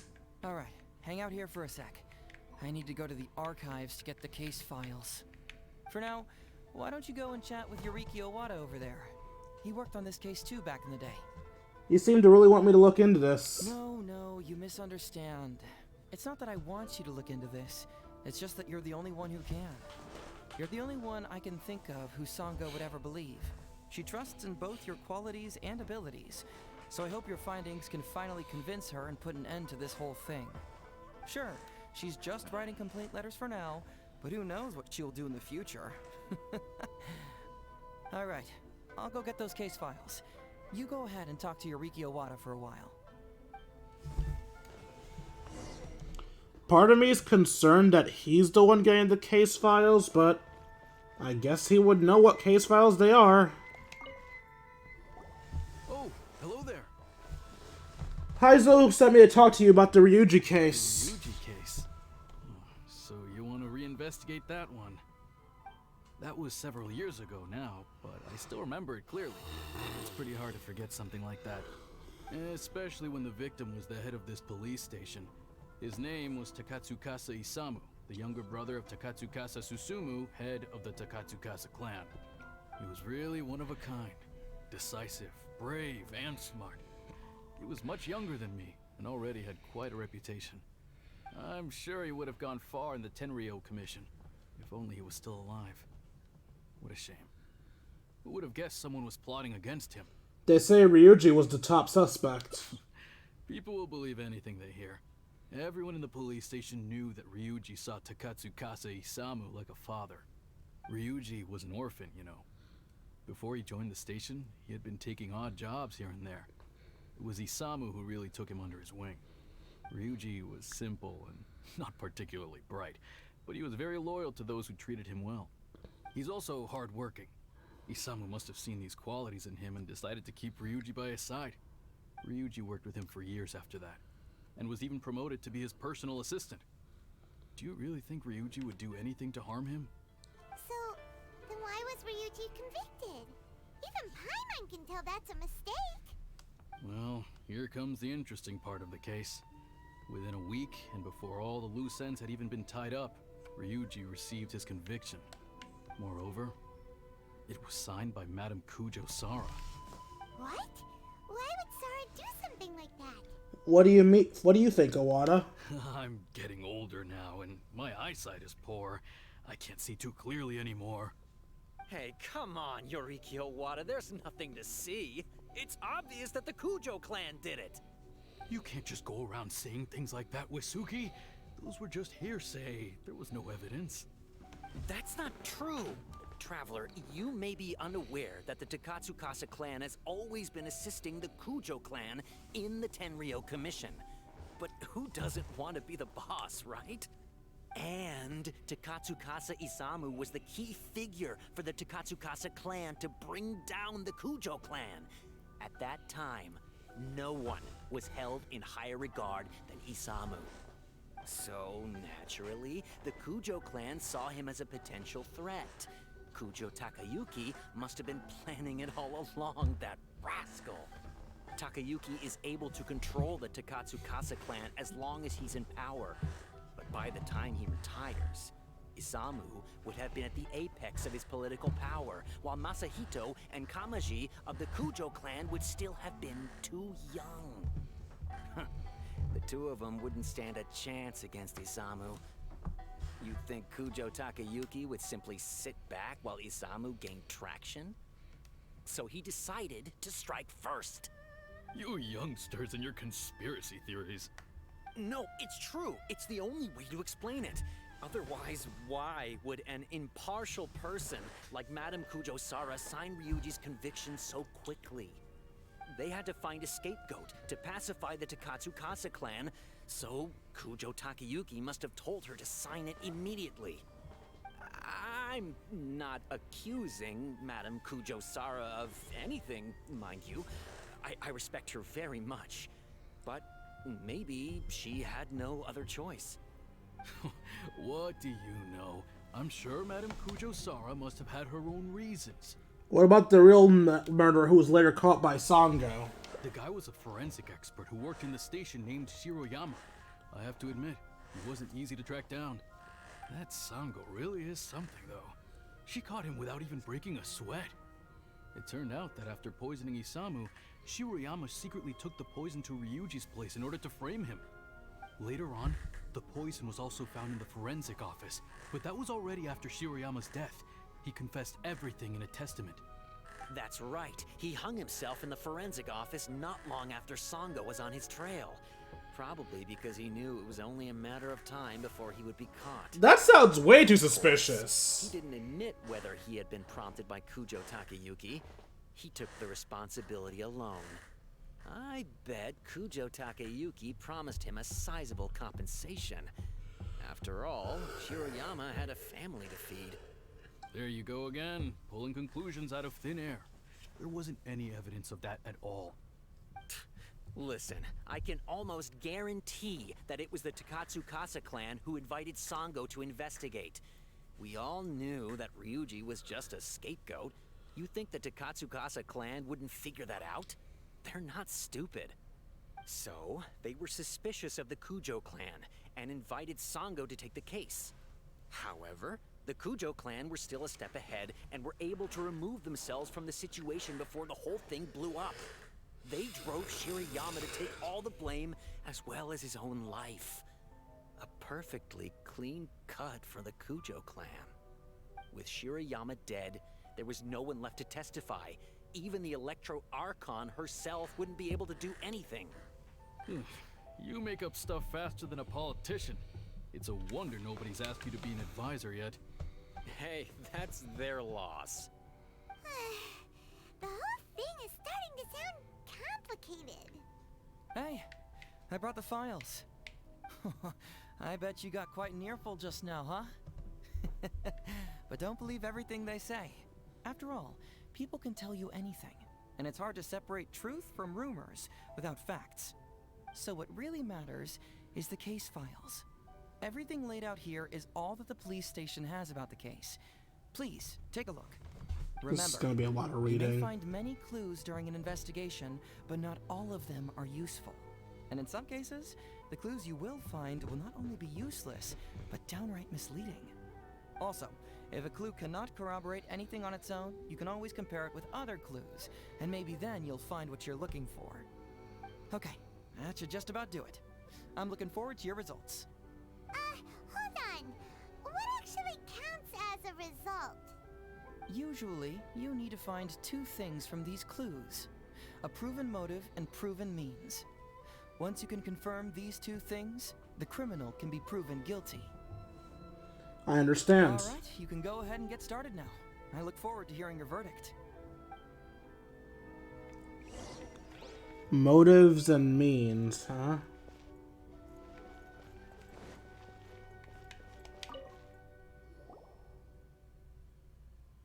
So, what did you find? Have you come to a conclusion? Nothing else. Sure. Keep looking. Let me know once you've made some progress.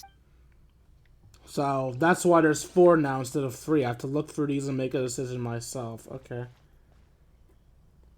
The autopsy reports. Alright. The deceased, Takatsukasa Isamu, 41 years old, police station manager. Clothes intact at the time of death. No visible trauma observed on the body. No sign of a struggle. The throat was congested and swollen, caused by a cold before his death. Local ulceration was found in the stomach and intestines, caused by a novel toxin found in the stomach contents. Stomach contents include partially undigested soft rice residue, small volume of fish liver paste residue, the main ingredient of which is highly concentrated fish liver extract, a valuable nutrient supplement. Small volume of cold medicine residue containing a large amount of acidic fruit and vegetable extracts. Appears to be a specially prepared medicine from the Office of Foreign Science. Small volume of novel toxin residue, which was found to be the same toxin discovered in the homes of Ryuji and Shiriyama. Cause of death, abdominal mucous membrane disease, plus respiratory and circulatory failure triggered by novel toxin. He ate all kinds of stuff. Ryuji's testimony. A week before the incident, Master Takatsukasa Isamu caught a cold and lost his appetite. Rice was all he could eat, and he had been taking some special cold medicine. The night before the incidents, he had yet to recover and was still busy with his work, so I was worried about his health. When Dr. Shiriyama came to deliver the medicine, I consulted him about a health supplement. Dr. Shiriyama said fish liver paste could help boost his immune system, so I went to the forensic office to retrieve some and gave it to Master Takasukasa. But by the next day, really, Master Takasukasa was so kind to me. I swear I wouldn't ever do that to him. Come to think of it, Shiroyama was a forensic doctor. He could easily pull off something like this.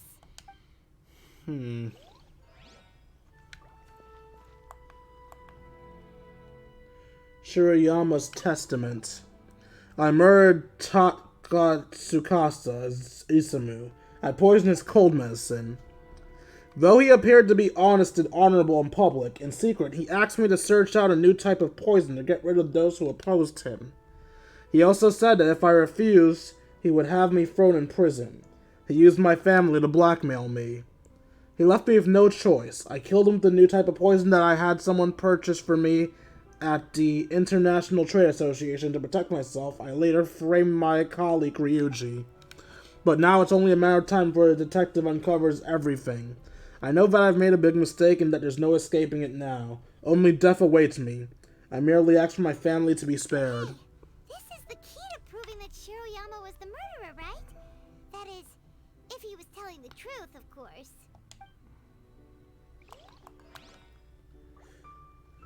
Tsukasa Isamu's message. A note placed with Shirayama's testament. After comparing the handwriting, it was confirmed to have been written by the deceased Takasukasa Isamu. Shirayama, long time no see. I trust the thing I asked for you is in progress?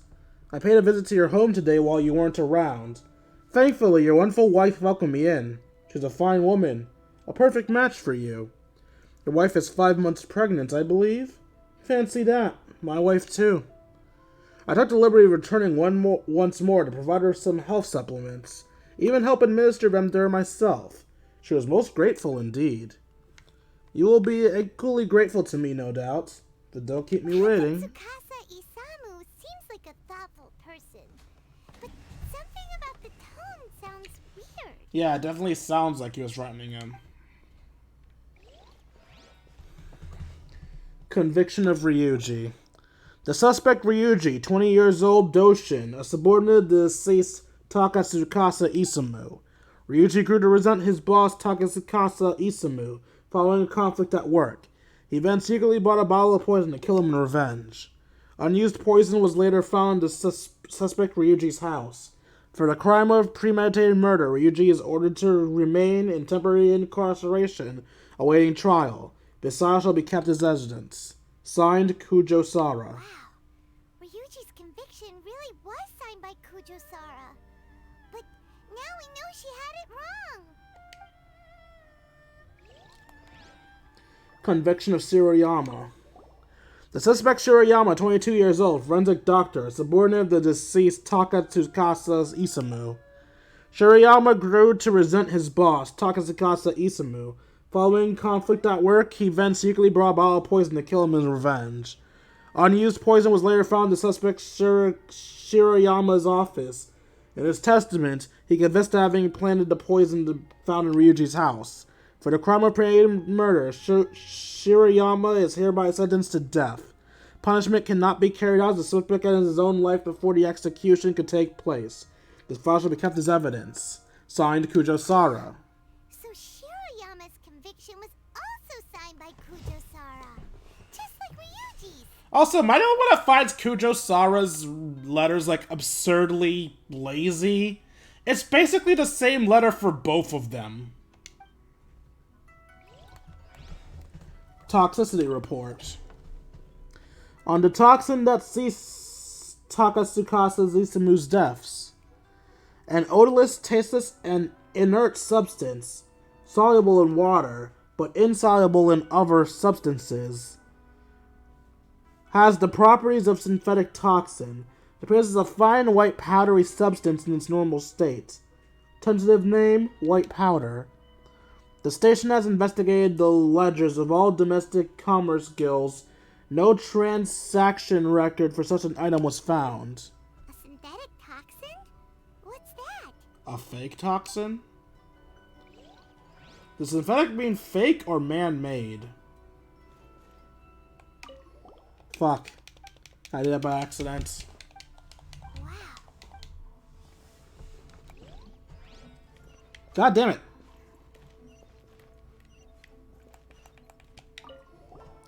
It's blank. Looks like someone tore out a few pages. That's weird. There's nothing here. This must be some of the false information that Heizou told us to look out for.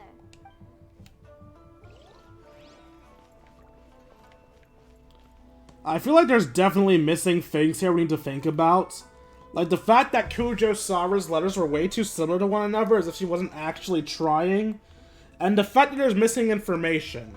However, the evidence definitely does point to that this lackey is the one that killed them and not some inside job by the Saras. However, her lackadaisical nature in her letter and the fact that part of the toxicity point's missing, that's definitely suspicious. I do think it needs to be investigated more. So, what did you find? Have you come to a conclusion? Do I actually get a choice? Yes, I did. Really? You found the criminal's motive and means that quickly? Awesome. Alright, let's talk about the motive first. What clue reveals the criminal's motive?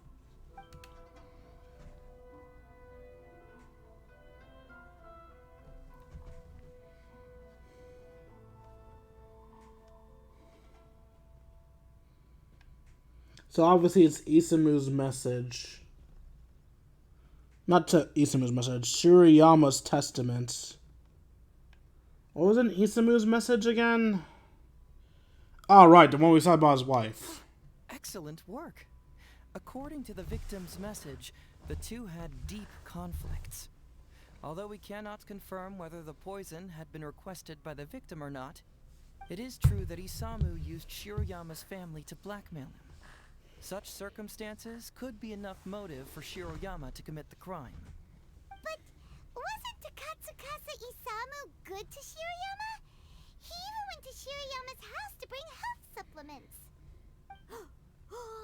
But maybe he didn't really bring health supplements. Maybe it was something bad. Is that what you think, Paimon? Well, we later found out that what Takatsukasa Isamu sent to Shiroyama's house was indeed health supplements. Yeah, he didn't need to poison her immediately. He just needed to make it clear that she trusted him enough to give her things. But if you consider the circumstances, what he sent wasn't important. What was important is that sending the supplements was actually a dangerous signal. Isamu was essentially implying, I can put anything in your wife's supplements at any time. If you really care about her safety, then get me what I want. So scary! Your assumption sounds like a real threat! You're not really that dark inside, are you?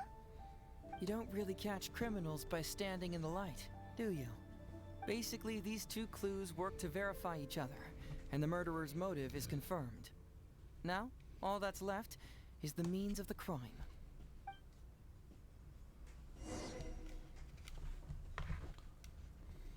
Next, which clue confirms the criminal's means? So, what did you find? Have you come to a conclusion? Yes, I did.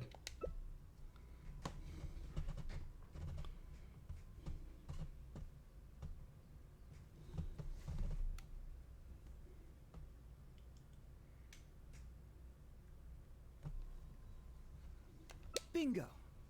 The autopsy report confirms that the cause of death was a special toxin. The testament indicates that Shiroyama used his position as a forensic expert to mix the toxin into the cold medicine taken by the deceased. But is that really the truth? Is it not possible that the toxin was mixed into the fish liver paste? Well, according to the toxicology report, this white powder only dissolves in water. Neither rice nor the fish liver paste could be used as a carrier of the toxin. The cold medicine was the only option. Putting the poison elsewhere would not only fail to guarantee a lethal dose, but would also increase the chance of it being noticed by the deceased. Therefore, the means is also confirmed. Add that to the motive for the crime and... Oh, so the murderer really was Shiroyama! Again, we're still missing information! Cut, wouldn't you say? Look, I really don't know what Sango is so suspicious about. So we're just not gonna touch on the missing information then. Yeah, it's pretty clear cut. Huh. You could say it's almost too clear cut. Wait, I still have some questions. Oh? Well, let's hear them. Maybe I have answers. What's bugging you?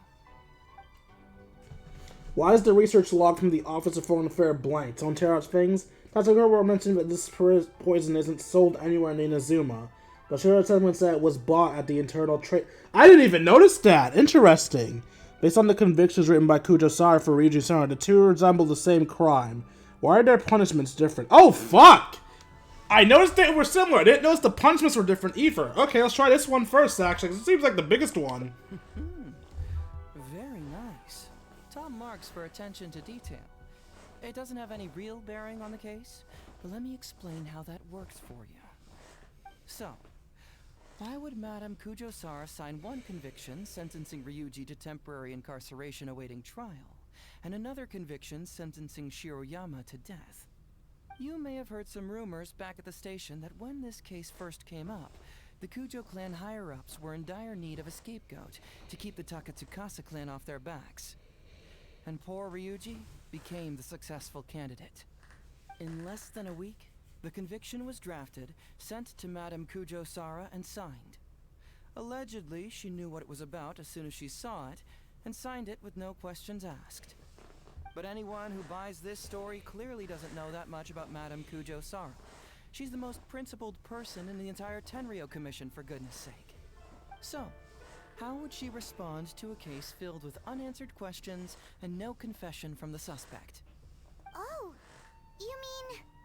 Exactly. Before she signed it, she changed Ryuji's conviction from the death sentence to temporary incarceration. Ryuji escaped a disastrous fate without ever realizing it. Had Madame Kujo-Sara not changed his sentence, Sango would have been seeking justice for a dead man. You know, I'd almost think, Kujo-Sara is such a nice person. She saved Ryuji's life. But, the Kujo-Sara I remember followed orders without question. Remember, she was the entire reason, she was the main driving force behind the goddamn Vision Hunt Decree. She isn't the type to question shit, she's the type to do it. So I really do question if she would have changed Ryuji's punishment like that. Why was Sara so lenient with Ryuji? That's the wrong question. This wasn't about Ryuji, but Madame Kujo-Sara's principles. The conviction could have been for a Ryuji, a Guji, heck, even a Tanuki, and she would have made the same decision. Given the enormous pressure she was under at the time, I'd say she did the most she could. Don't you think? Pressure? Really? Was someone higher up putting pressure on Sara? The pressure came from all sides. The deceased was the leader of the police station and the rising star of the Takatsukasa clan. All eyes were on this case. How this became reduced to the unimaginative rumor that Madame Kujo-Sara convicted Ryuji under pressure from her superiors, I have no idea. Ugh. Rumors here, conspiracy theories there. Lies at every turn. Fortunately, Madame Kujo-Sara works in an open and transparent manner, and pays no heed to rumors like this. She just rolls her eyes and forgets all about them. And how do you know that? Just because she has never publicly clarified the truth doesn't mean she was hiding anything. So when I asked her about it, saying it was relevant to a case I was working on, she just told me how it was. Believe me, in this case, more than any other, I have checked every last detail. Why is the research log from the Office of Forensic Science blank? Someone tear out some pages. This also puzzles me.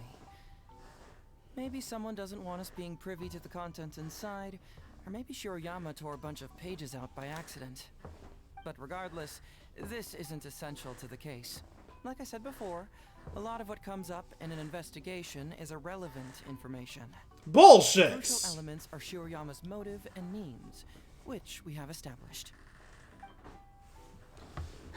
The toxicity report mentioned that this poison isn't sold anywhere in Inazuma, but Shiroyama's testament said it was bought at the International Trade Association. Maybe the report was wrong.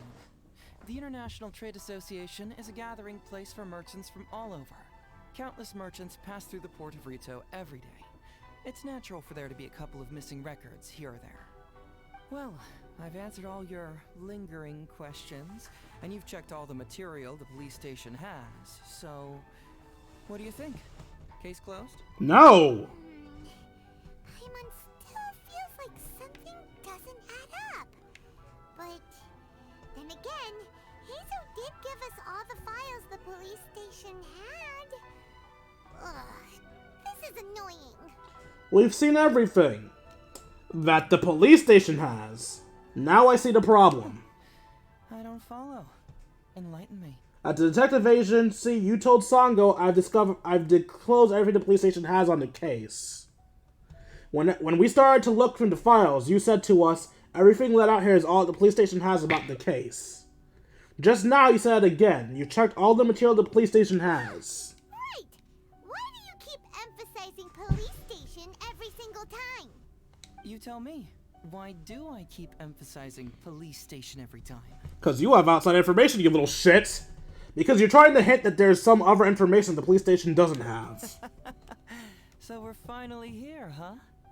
I was starting to think our investigation was about to end a little early. That would have been a real shame. And alive, you finally saw through my little game. I'm gonna punt you! Absolutely right. There is other information that the police station doesn't have. Reason being? It's my own evidence. And this evidence should help answer a couple of your questions more clearly. Why was the research log from the Office of Forensic Science blank? And where did the white powder come from? Aha! Paimon knew you were keeping secrets! Don't you have secrets too? No. Nope. Definitely not. Suspicious. Let's talk somewhere else. This isn't the best place for this discussion.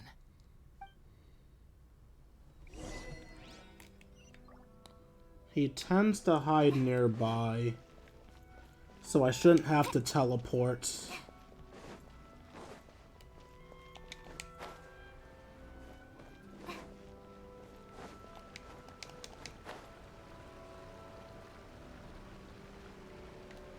Is it down? No, it's up. Oh no, it is lower. Okay.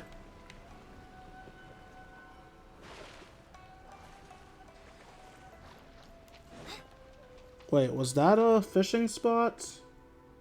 No, it wasn't. I saw some red, so I thought it was a fish. It was lower, but not down. Okay, you know what?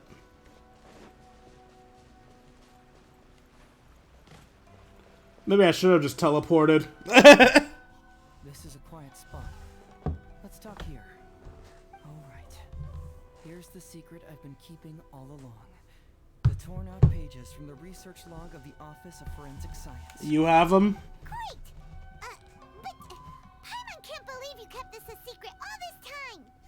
It's not like you think. I wasn't the one who tore out the pages. Okay, who did? Look, just read it over first.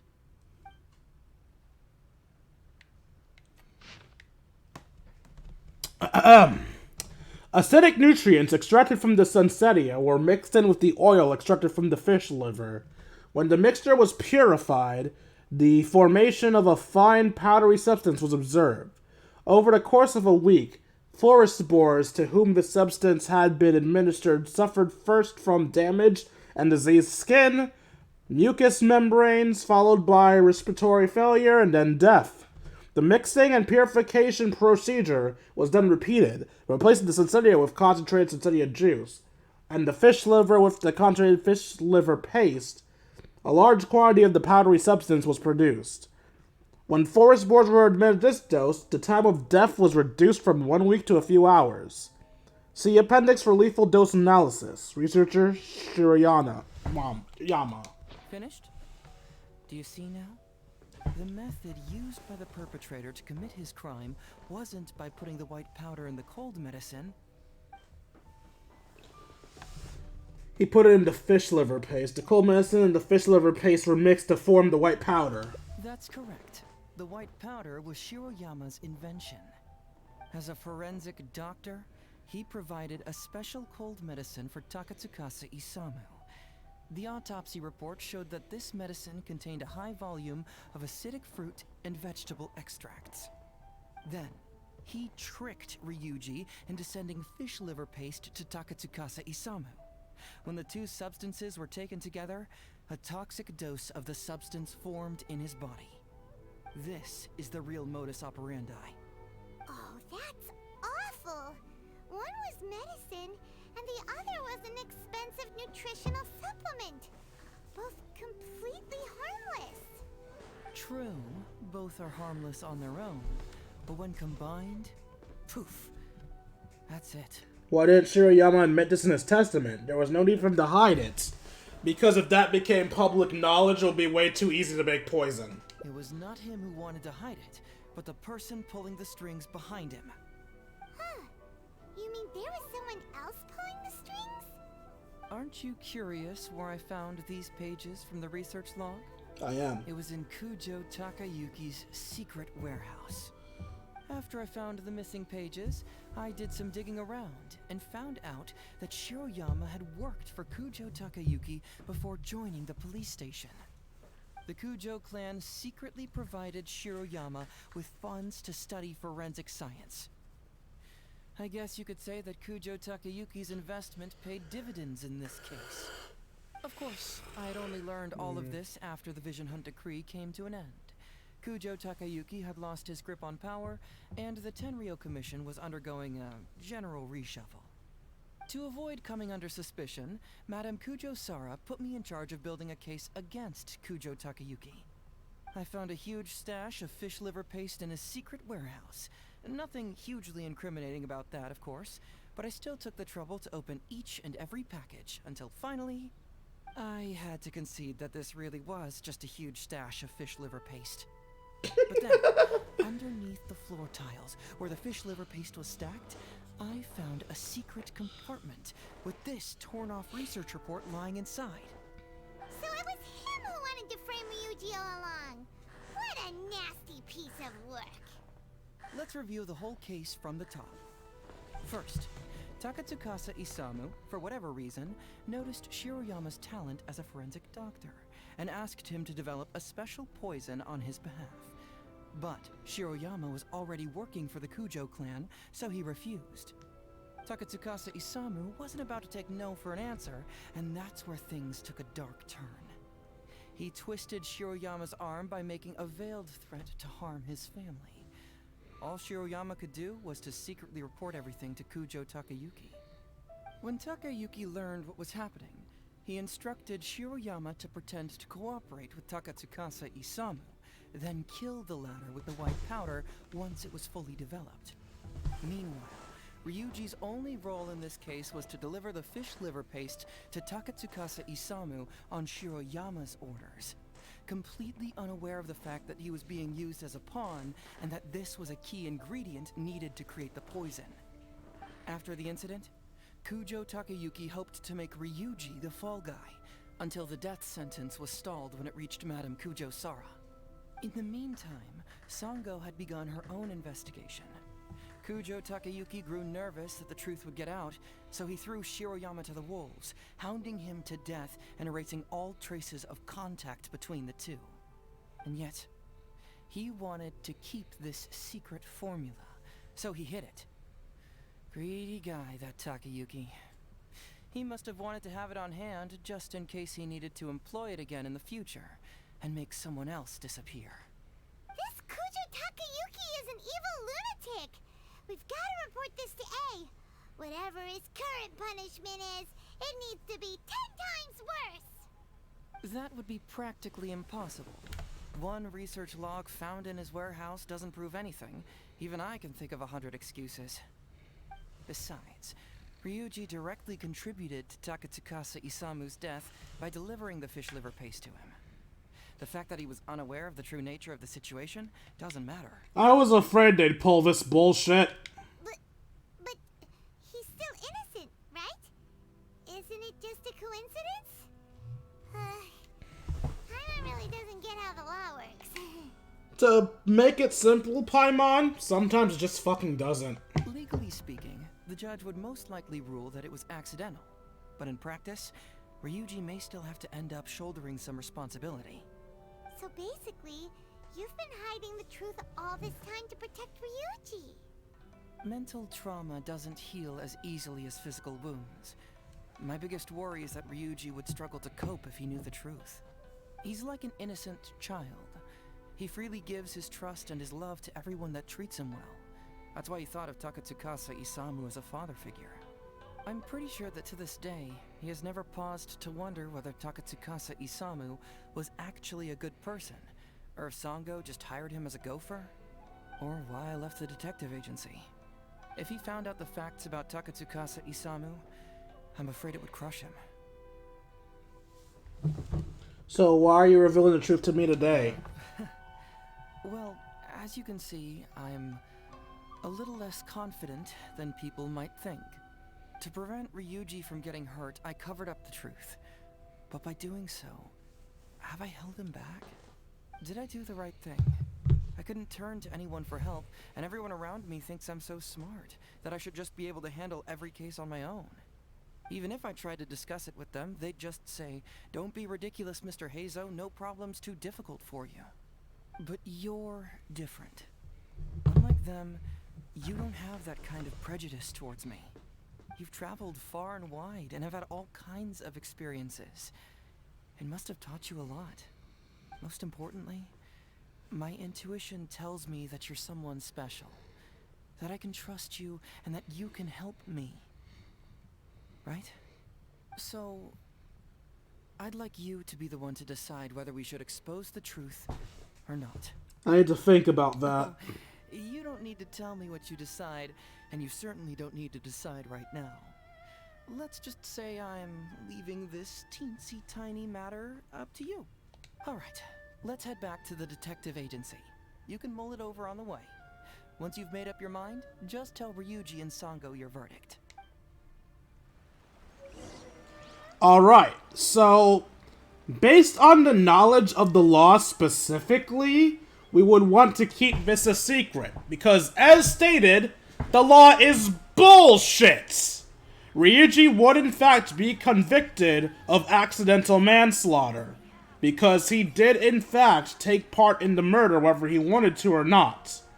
However, in our battles against Ai in the past, we have proven confidently and concisely that their laws were flawed bullshit and they had to change them. And they did. I don't know exactly when this hangout takes place, but I'm fairly certain that since Kuki Shinobu is also available, and we never meet her until after the event in the chasm, that this takes part after... Forest Patrol route map. Shut up, Kale. Because this takes part after the chasm event, it has to. This means that the Psycho Decree, the thing that keeps Inazuma closed off, is dead. We've already proven to both Ai and Kujo-Sara that their laws are flawed, they need to be changed, and they've listened to us. It's for that reason that I'm going to reveal the truth to them, because as we've already established that their law is faulty, we can establish it again to get Ryuji out of his shit, and then we can properly punish Kujo-Sara's father. Head here first, then make our way over to there? There's a lot of writing. So yeah.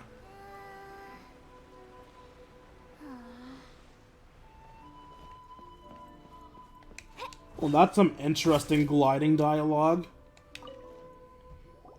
Hey, Traveler. Hey, Detective Heizou. You're back already, huh? I bet you're tired. Well, I just bought some tonkatsu. Care to join me? There's plenty for everyone. We'd love to. But wouldn't you like to hear the results of our investigation first? No matter what you were able to find, it's all in the past and won't ever change. So I think we'd better chow down first. Besides, if Sango's not happy with the results, we might not have anything to eat later. Come on, Ryuji, pipe down. Let's hear the Traveler's conclusion first. Okay then. Over to you, Heizou and Traveler. Don't worry, just tell us your findings. Everyone trusts you, as do I. Well, time to piss off Heizou.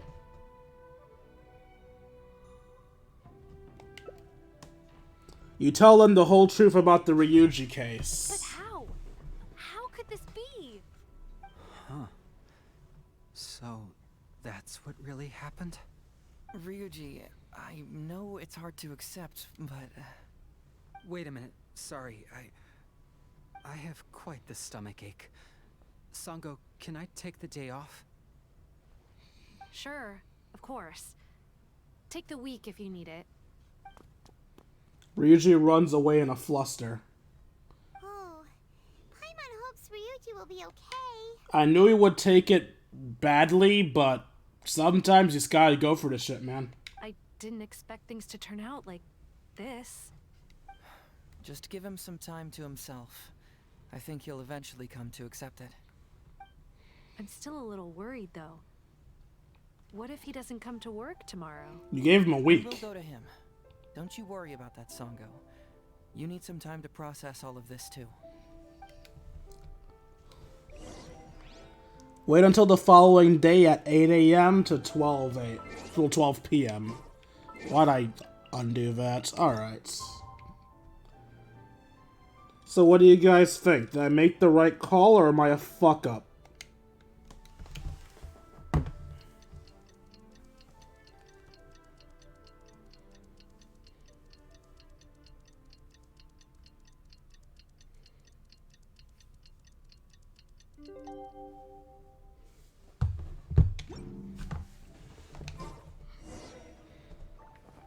Talk to Sango. Ah, you're here. Don't worry. Ryuji came earlier this morning. Oh, thank God. I guess he can handle a lot more than I thought. I was honestly worried he'd suffer a breakdown. But as of today, it seems he'll be fine. Is he not here? He went over to Natsuke Nogen Crafts to buy something. Let's go find him then. Shall we? Before you go, Heizou, I kind of understand now what you meant when you left. Oh, really? I'm happy to hear you say that. All right, time to find Ryuji. Hold up, what did you say when you left?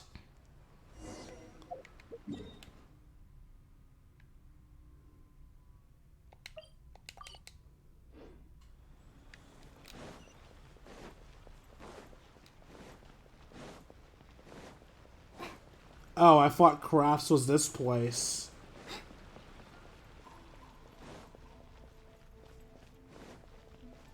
Look, there's Ryuji. Oh, fuck. With a little kid too. Is he playing our toys? Well, aren't you adorable? You even have the care of a protagonist. It's too bad the rest of you looks like an NPC. Because you are an NPC. Hi, Ryuji. Uncle Ryuji, was my daddy handsome? I've never seen what he looked like. Of course. Takatsukasa Isamu was a very handsome man. Also, it's not uncle. Call me brother. But you look so old. Well, I'm still your brother. Huh? How come? Because he treated me like a son. Ahem. Huh? Who are you guys? We're friends with your big brother Ryuji, and with your father too. Oh, really? Yay! I've met loads of my daddy's friends today. Can you tell me some stories about him? I really want to hear them. Sure. Why, I know enough stories about your old man that if I started talking now, you'd be all grown up before I finished them. Wow, that's amazing! Well, I don't want to grow up too soon then. Maybe when I'm 100. No, 200 years old. No, 300 years old. Yep, I'm gonna wait until I'm 300 years old before I become a grown-up, so that I can make sure I finish all the stories first. I love this kid. The famous detective's principles. Some things will be more important than the truth. Aw, Paimon's playing with them. Also, I guess I'm supposed to be using a Electro Traveler when I do this stuff, since canonically speaking, he's the one in the pictures.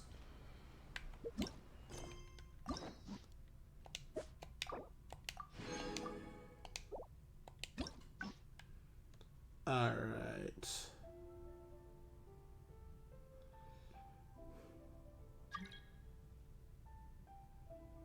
Sorry, person, no can do. Nope, fucking hell.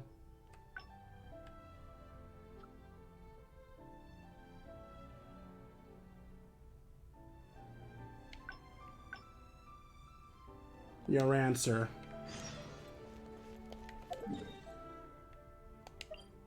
Alright, let's hide the truth from them for our next ending.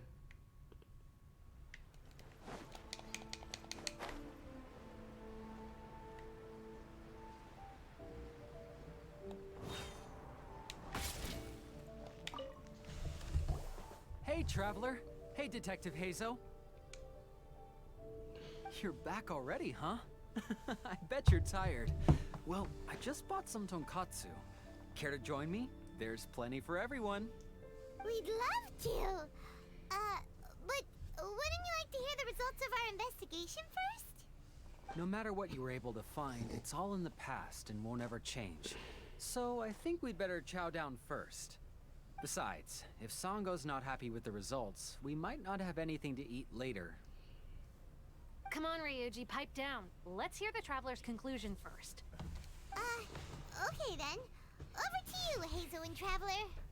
Don't worry, just tell us your findings.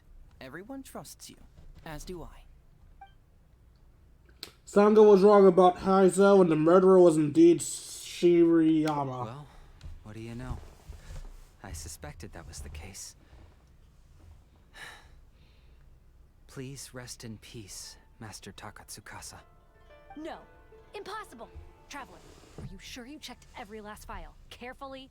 Trust me, I did. No, you little Shikanoin Heizou. You didn't pull any shenanigans on the Traveler, did you? Sango, no accusations without evidence, remember?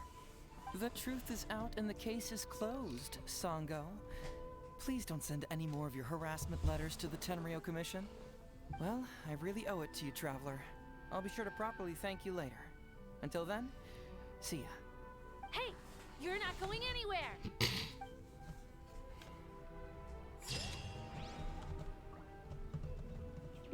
Oh god. There's one secret that only we know of. Sango's ready to throw hands! Fucking hell, chill, woman! Oh, I forgot to save it. Oh, whatever.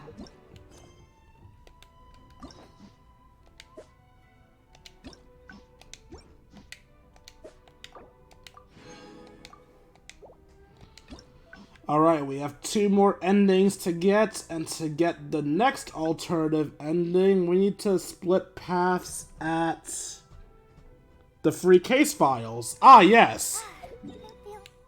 Because we need to choose different case files.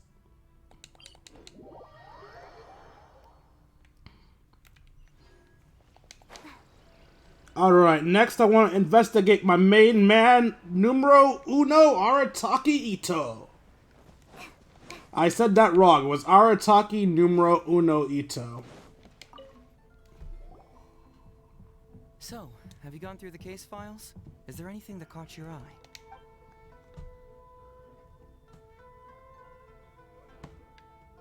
There might be a prince of mischief bullying children in Hana Miyazaka.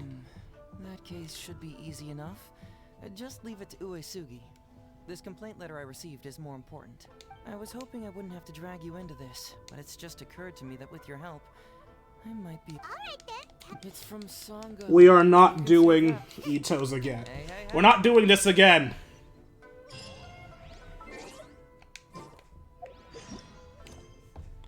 So Ito's thing will just bring us back onto the path because he doesn't give a flying fuck.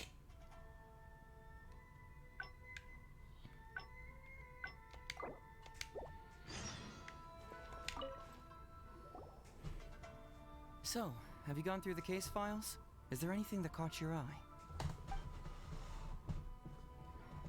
A dog named Eastern Express has gone missing. Another dog's gone missing, huh?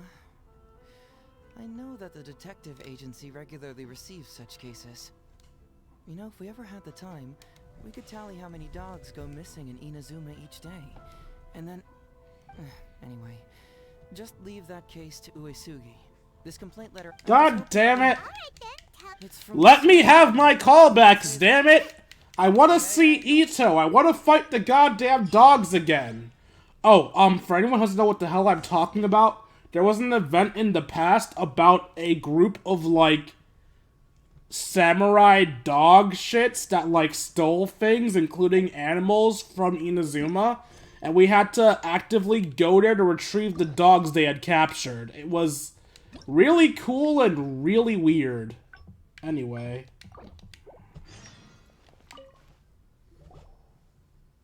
So, have you gone through the case files?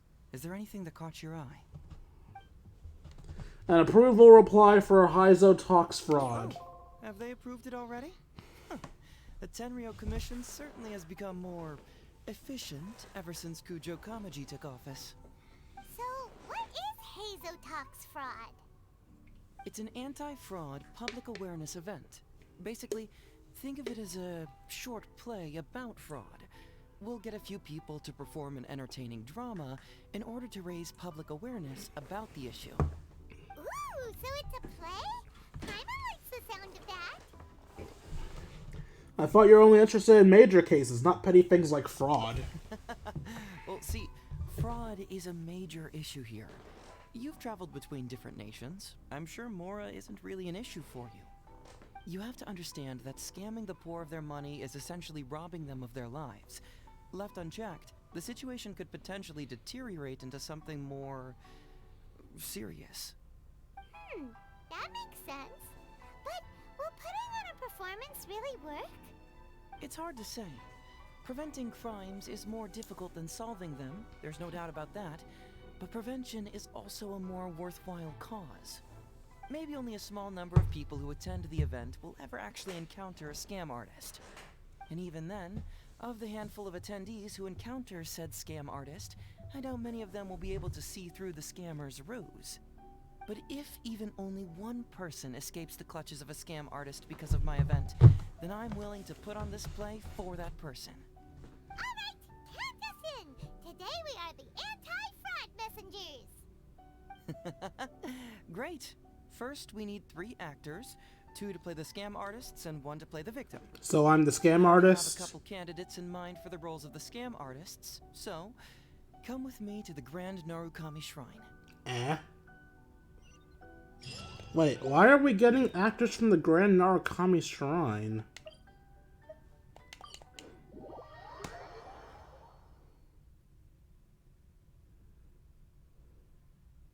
Ooh, if we're going to the Grand Narukami Shrine, are you planning to recruit Miko for your play?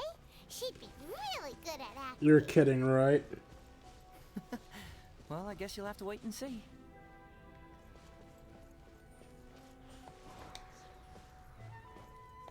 Hey, Kano Nana. Heizou, what are you doing here, you little brat? Oh, and the Traveler, too. So, I assume you're here to see Lady Yae? I honestly don't know who we're here to see. Hey, come on, cuz. Maybe I'm just here to see you. Don't play your little games with me. If the Traveler isn't looking for Lady Yae, then you must be here looking for Etsu, right? You still know me best, cuz. Etsu? Please wait here. I'll go get her. Huh, so we're not here to see Miko? Bummer. No, not a bummer. But even if I wanted to, do you really think I could convince Lady Yae to join a little event like mine? Get the Traveler to ask her next time. He can do it. I probably could, honestly. After waiting a little while, a young woman approaches. Well, hello, Detective Heizou. It's been so long since you last came to see me. You know, it's cruel to keep a girl waiting. You're not in a Shrine Minute's outfit. Who are you and why are you here? Also, why do you have the dead mother haircut? Hey, community service isn't all bad, is it? I'm sure it's better than prison, at least. Prison? That's right. I was careless and found myself caught up in a case of fraud. Detective Heizou arrested me, and I was sentenced to prison. For the record, I'm not the one who technically arrested you. Oh, come now, Detective Heizou. Don't pretend like you don't remember the part you played. You have a cold heart, Detective.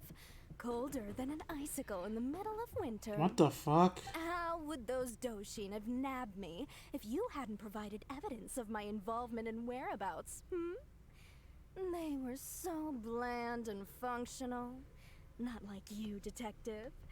When you took me down, you knew exactly what you were doing. Okay, what the fuck? I feel uneasy. So, how did you end up here at the shrine? I'm here doing community service, of course. After all the information Detective Heizou managed to squeeze out of me, he promised to help secure a reduced sentence from the court.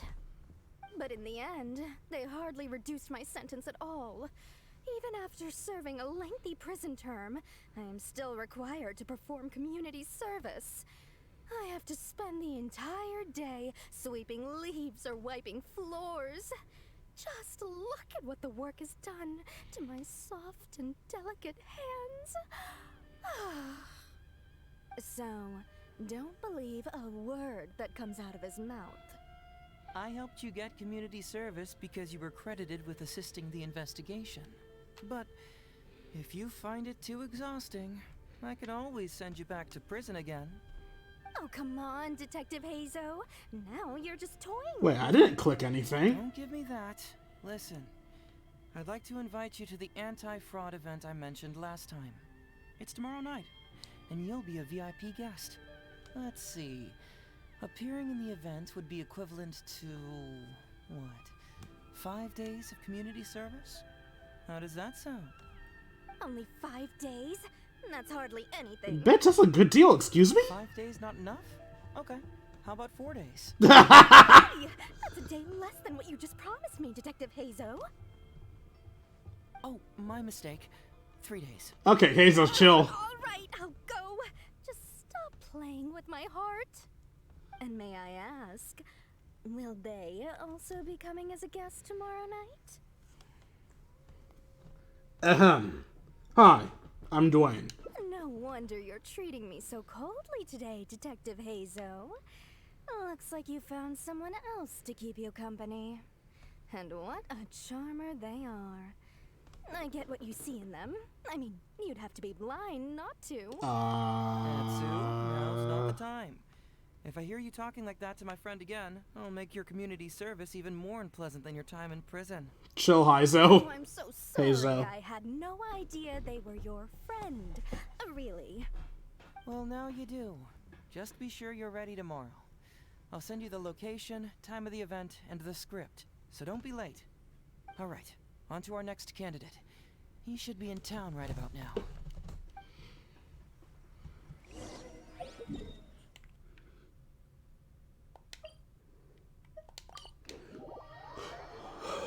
Okay.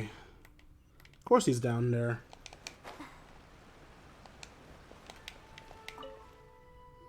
Mr. Iba, how are you doing? Oh, well, if it isn't Heizou. Thanks to you, I haven't kicked the bucket yet. What? Well, it's good to see you're alive. And well. Wait, how did you save his life? Out with it. I know you wouldn't come see me for nothing. I see you're still sharp as ever, Mr. Iba. Look, have you had a chance to think about that anti-fraud event I mentioned to you last time?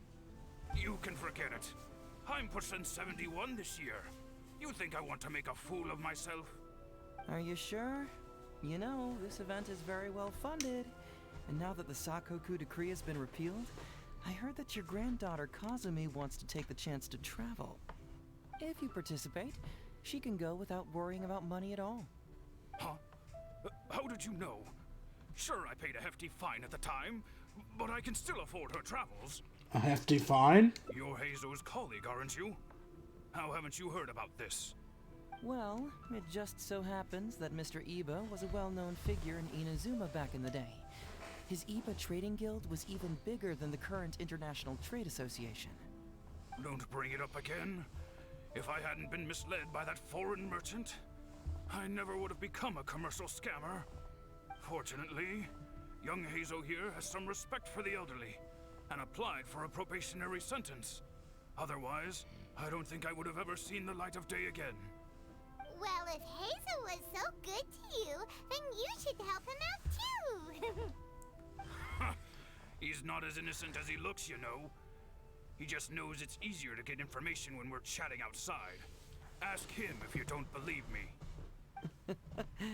Those are some pretty harsh words, Mr. Iba. Is he wronged up? Anyway, I can't help you with that, event, or whatever you call it. Ah, man alive. What should I do now? I already told Kazumi that you'd show up and caution everybody about avoiding fraud. I'm sure it'd be beneficial for everyone, and Kazumi even agreed to come and listen. How can I explain to her that you were too worried about being embarrassed? Oh, she might even think that you feel no remorse at all. You imbecile! You should have told me about this first. Come on now. How could I have known that you'd refuse to participate? Why, you... You, sir, are a crafty one, just like your father. So you'll join us? What choice do I have? Using my granddaughter to force me into some event. People these days. The world needs you to step up. I will send the time and place of the event as well as the script, so don't forget to prepare. All right, very well. Well then. Now, we only need to find the last person to play the role of the fooled victim. We don't want someone too clever for this role. Otherwise, they'd see right through this ruse and the drama would come to a grinding halt. So, Ito? Not too clever. Oh! Paimon knows the perfect candidate. Arataki numero uno Ito! Oh yeah, I know that guy. I've seen him in the police station a handful of times, though I've never actually spoken to him before. Do you know where we can find him? Well, we did just see a file called the Prince of Mischief in Hanamizaka. That's gotta be Ito. He must be in Hanamizaka. Alright then, to Hanamizaka we go. Oh, but knowing his reputation, I'll need to bring a little something along just to guarantee we can secure his participation. You go ahead, I'll catch up. Bro's about to threaten my best friend. Fuck you. I don't look forward to torturing Ito into doing what we say, but we do need the help.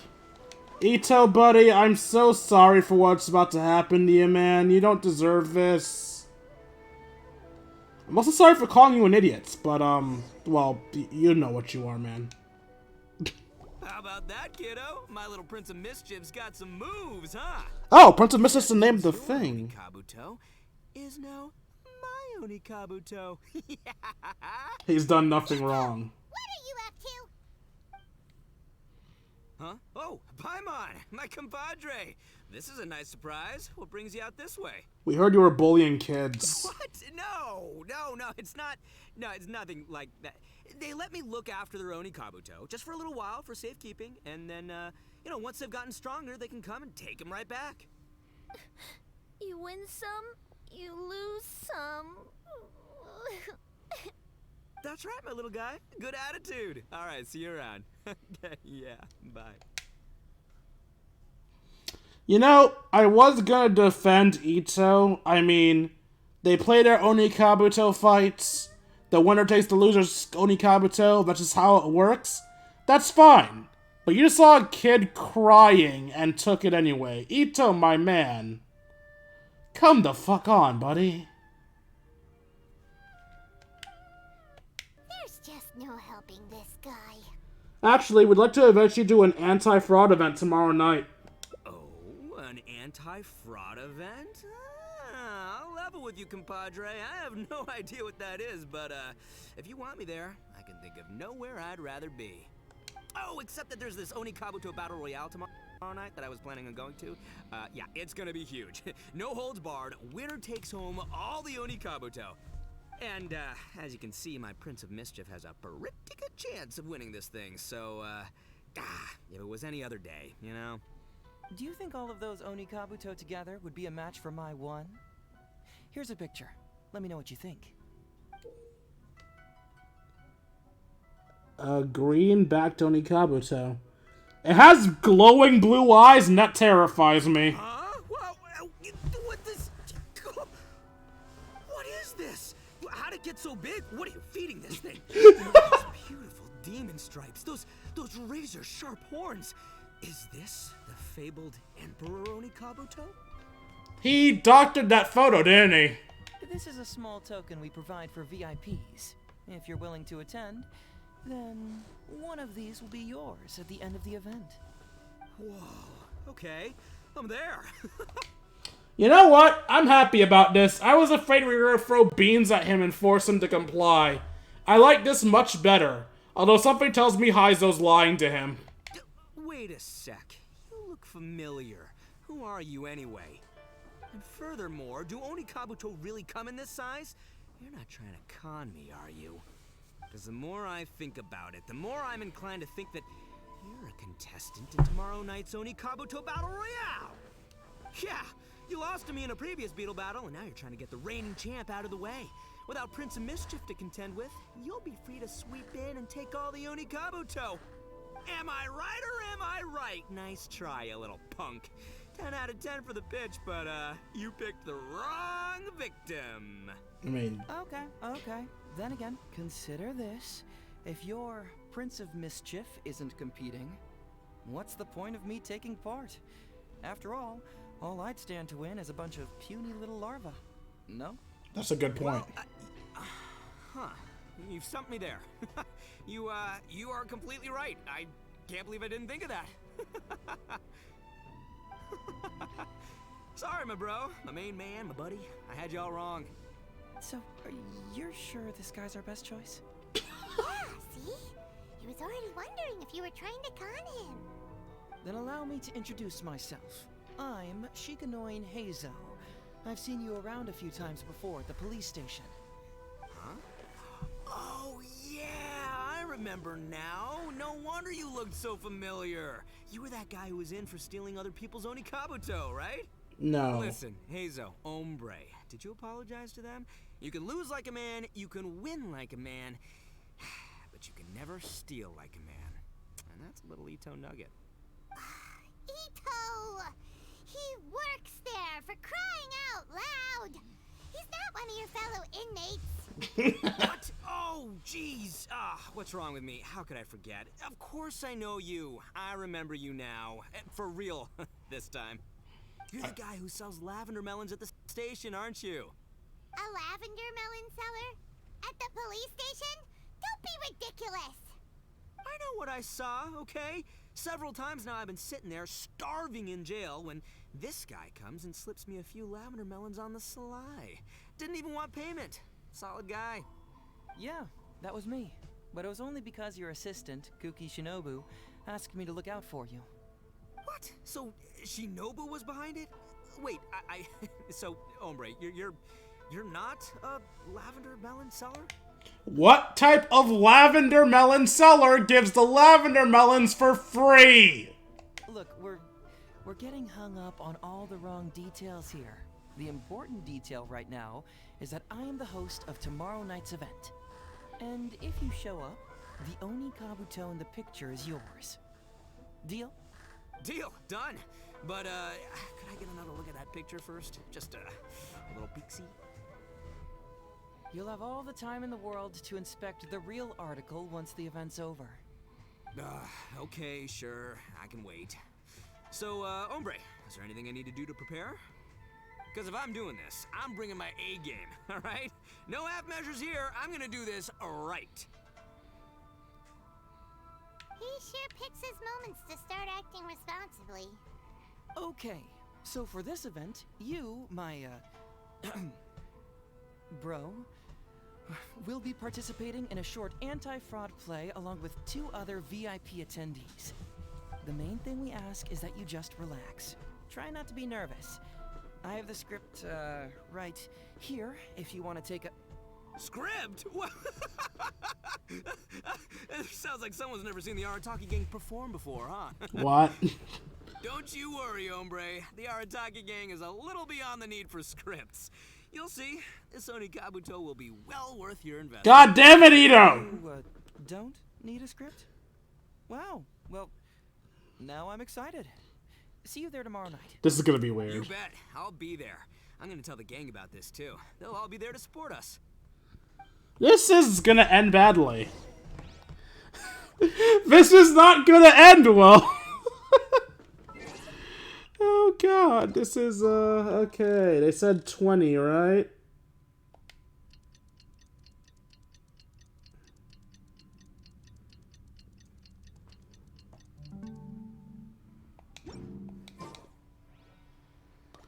Oh no, following day 20. I'm a dumbass. Sorry about that, guys.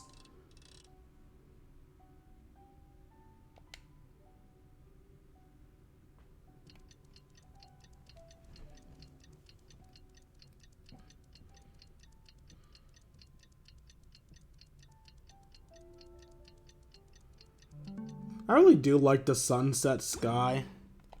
Pink's such a nice color.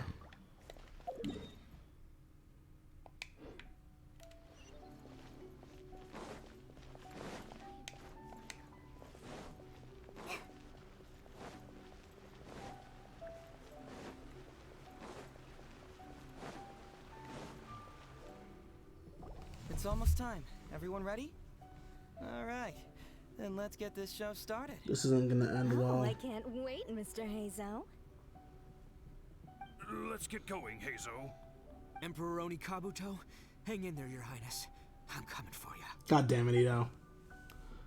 It takes years to make a fortune, but only a moment to lose it all to a scam artist. Welcome to the first Heizou Talks Fraud. I am your eponymous host, Heizou. Why is there a child watching this? Okay, I'm delighted to have you all here today to explore the topic of fraud. To help everyone avoid becoming the victim of scam artists themselves, we thought we'd invite several VIPs with a lot of experience in this area to perform a little play with an anti-fraud message. Please join me in welcoming to the stage Miss Etsu, Mr. Iba, and the venerable gentleman, Mr. Arataki Ito. Venerable gentleman. Let the show begin. Oh god. The music starts and the actors take the stage. Heizou narrates from the side. It was just another bright sunny day when a distressed Miss Etsu brought her elderly grandpa, Iba, into the police station to report a crime. There, they were greeted by a kindly Doshin, surname Arataki. Doshin Arataki, please help us! My poor grandpa has been defrauded! Doshin Arataki? You talking to me? That's why you have the script, dumbass! Perhaps for want of familiarity with the script, a confused look creeps over Doshin Arataki's face, and he asks himself that age-old question. Who am I? Yes, you are Doshin Arataki! You're Doshin Arataki! God damn it, Arataki. Oh, so I'm in the play. Right, yeah. Okay, got it. I'm a Doshin, of course. Okay, I got this. God damn it, Ito! Ma'am, can you tell who it was that defrauded your grandfather? Rest assured, the Tenryou Commission and I are here to bring them to justice. I don't know. It was too late when I found out. They took all of my grandpa's money, and all they left was this note. Doshin Arataki frowns as he realizes this is more complicated than he thought. He takes the note in his hand and reads it out loud. I am the Raiden Shogun. I am currently being held hostage by the Crux fleet and urgently need 200,000 mora to secure my release. Please place the ransom mora on the north coast of the deserted island. When all of this is over, I will promote you to General of the Tenryou Commission. It's the almighty Shogun. We cannot let Her Excellency come to harm. But this is a scam, surely. I mean, 200,000 mora? Kinda lowballing it for the Electro Archon, don't you think? Shouldn't it be like, 300,000 at the very least? Well, I sure thought so, but Grandpa's already parted with the money. Then we gotta get it back. Is there still time? Before I could go out to look for it, Grandpa received another note. Doshin Arataki takes the note and reads it out loud. I am Miss Hina. I am currently raising funds to publish a photo book. I urgently need 300,000 mora for publishing fees. In return for your support, you will receive a limited edition signed photograph. What the fuck? It's Miss Hina. We can't leave poor Miss Hina in a tight spot. You're right, Gramps. Is 300,000 mora enough? I can spare some too if we need to make up the difference. Maybe I can get a photo of Miss Hina too. We gotta help Miss Hina out here. It's a scam, Doshin Arataki! Snap out of it! Right, because if Miss Hina needed funds, she'd come to me first, you know, as her #1 fan. Why would she go asking this old geezer for help? These con artists don't know who they're up against. Ito, you're killing me. Anyway, not long long after Grandpa handed over the money, he received yet another note. Oh my god, how long is this gonna go? Grabs the note and reads it aloud. I am Arataki Ito. I was recently framed for a crime I totally did not commit, and now I'm stuck here in prison. I am in urgent need of 500,000 mora as bail. In return for your help getting me out, I will bring the whole gang over to thank you personally at your house. Must be a scammer, surely. I've never heard of this person, and they're asking me for 500,000 mora.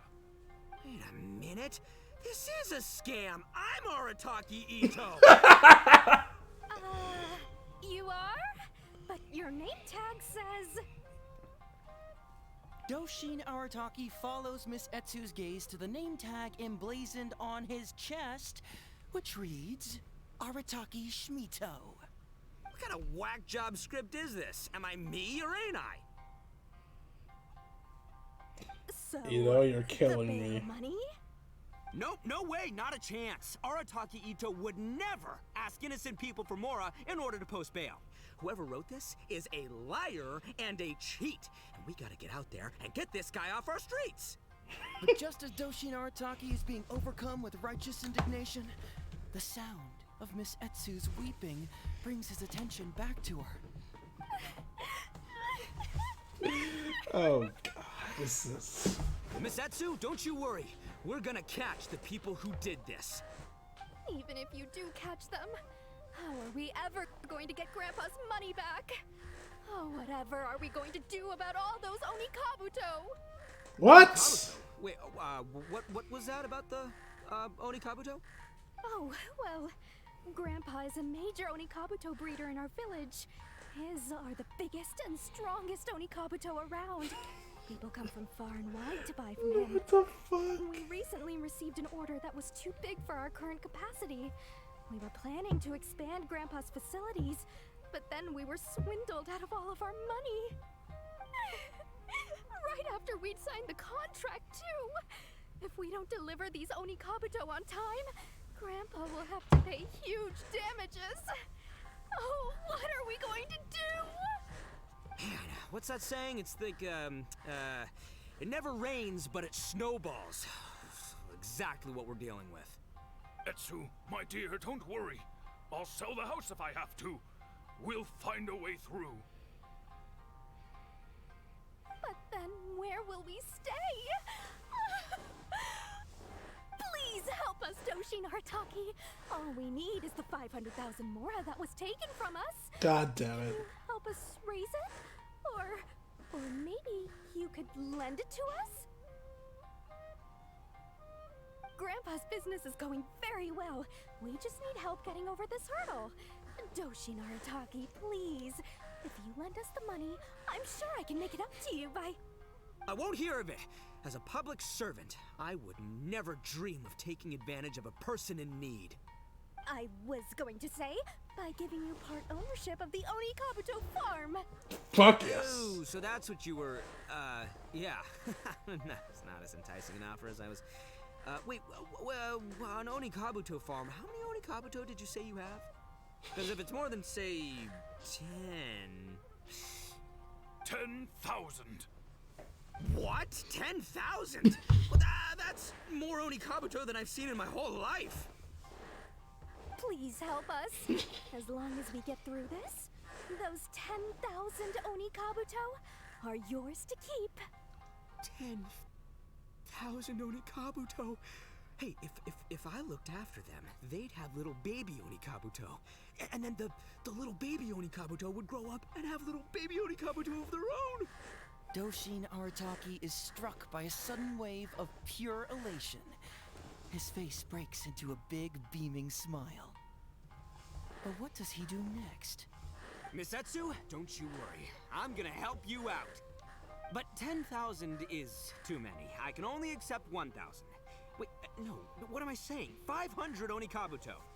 As a Doshin of the Tenryou Commission, it is my duty to serve. How could I abuse my position to take advantage of you? That's great news, Master Arataki. What a wonderful person you are. So strong and handsome and committed to doing the right thing. It's rare to find these days. Yep, that's me.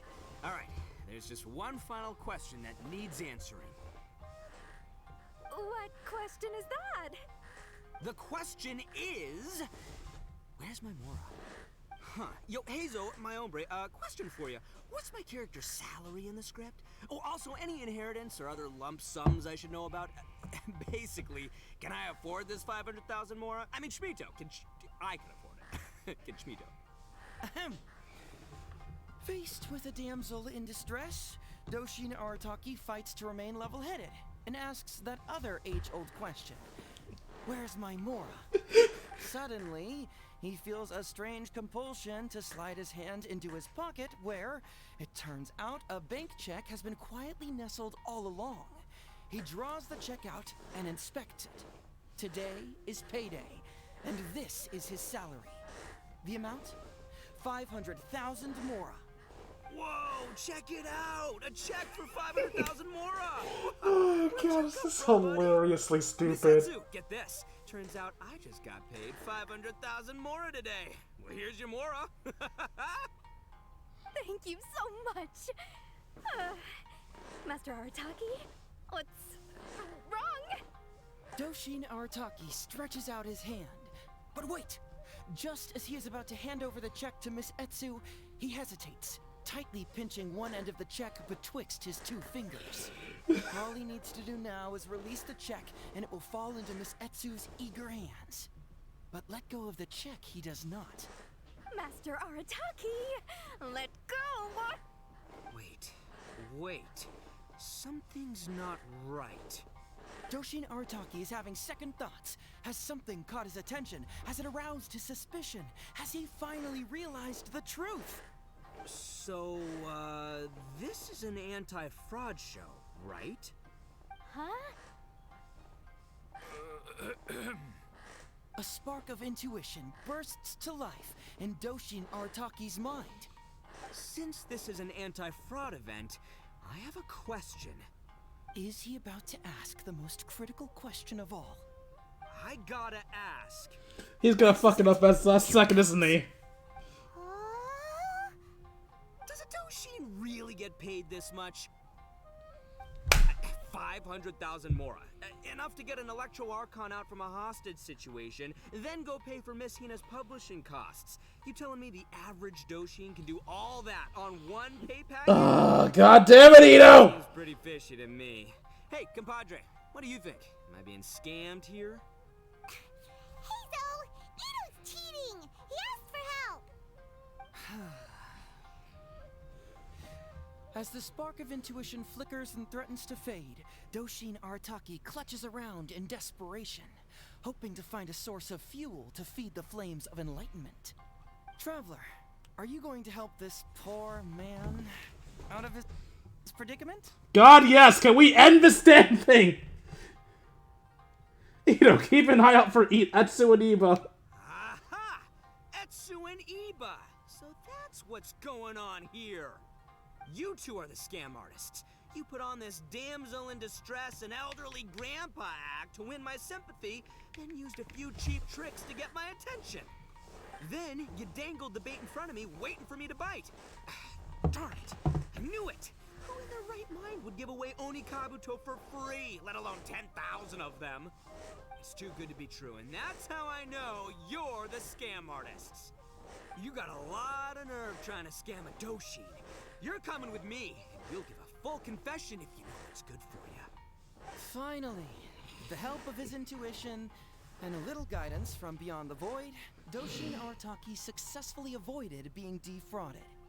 Not only that, but he asked a critical question. Who in their right mind would give away Oni Kabuto for free?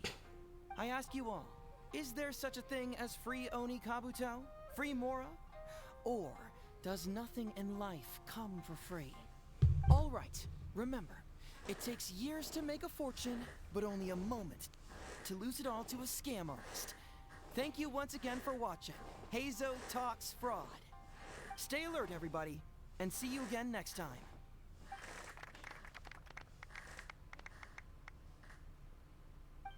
Ito, you're a dumbass. The show ends on a high note with thunderous applause. So, how's my acting? I think I did just fine without a script. Those two would-be scam artists need to up their game if they want to have a chance of taking me down. God damn it, Ito. Hello? Without that hint from the Traveler, you would have handed that cash away without a second thought. Right, yeah. I should thank him for the timely hint. But I pretty much knew off the bat that something fishy was about to go down, so, it was just a matter of time before I saw right through their scam. Okay, in Ito's defense, he was clearly suspicious at them at multiple moments. Seriously, oldest trick in the book. Who's gonna fall for that? Old tricks they may well be, but the reason they've stood the test of time is that the ideal victim is always out there somewhere. People who are behind on the times, naive, socially isolated, or have cognitive deficiencies. Just because they don't always get noticed doesn't mean they're not there. Scammers cast a wide net. Sure, maybe 10,000 fish will escape, but they only need one catch for them to win and for us to lose. Well, no more losing from now on. Not with me here to protect everyone. I think we can all agree that my performance today shows I'm savvy enough to keep the scammers at bay. Yep, sure. Don't be too confident. Anyway, Ito, my old... what was it again? Ah, yes, bro. Here's the reward you were promised. It's tiny, isn't it? Ah, music to my ears. Emperor Oni Kabuto, come to Papa. Ito opens the box that Heizou handed him. Oh, look at those sharp horns and those beautiful stripes. Well, hold on. Heizou, my hombre, why won't it move? Hey, bud, move! Oh no, I think this one might have joined the big beetle battle in the sky. It's an action figure. So not the moving kind. What? A figure? So it's a fake? Man alive, you seem a little surprised. Wait, you didn't actually think this was a real Oni Kabuto, did you? No, surely not. Ito, old chap, you must have seen from the photograph that it was a figurine. Don't tell me you didn't notice. Bullshit. You little punk! Give me my Emperor Oni Kabuto now!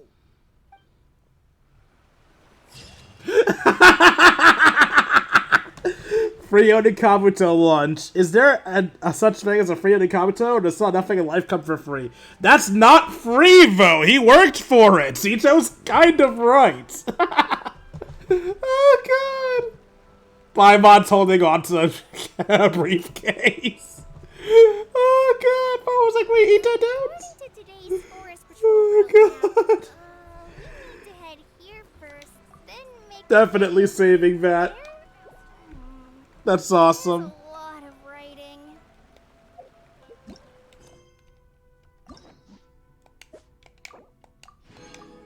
We only have one more ending to get, and that's watching Ito crash horribly.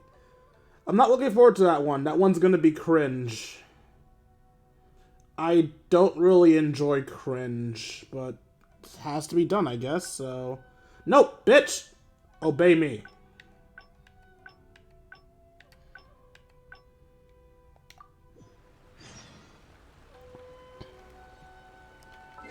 God, we have to watch the entire show again!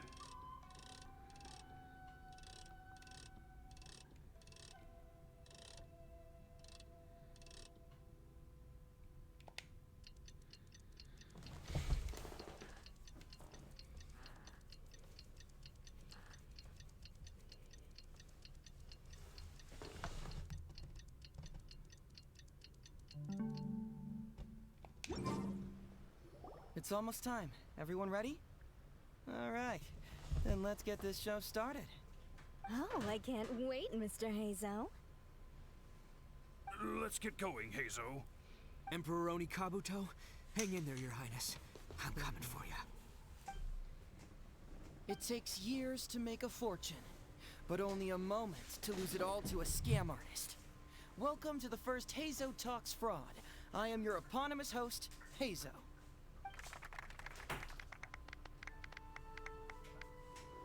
Okay, I'm delighted to have you all here today to explore the topic of fraud. To help everyone avoid becoming the victim of scam artists themselves, we thought we'd invite several VIPs with a lot of experience in this area to perform a little play with an anti-fraud message. Please join me in welcoming to the stage Miss Etsu, Mr. Iba, and the venerable gentleman, Mr. Arataki Ito. Without further ado, let the show begin.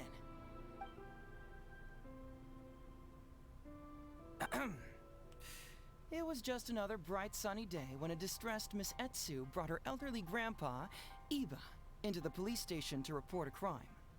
There, they were greeted by a kindly Doshin, surname Arataki. Doshin Arataki, please help us! My poor grandpa has been defrauded!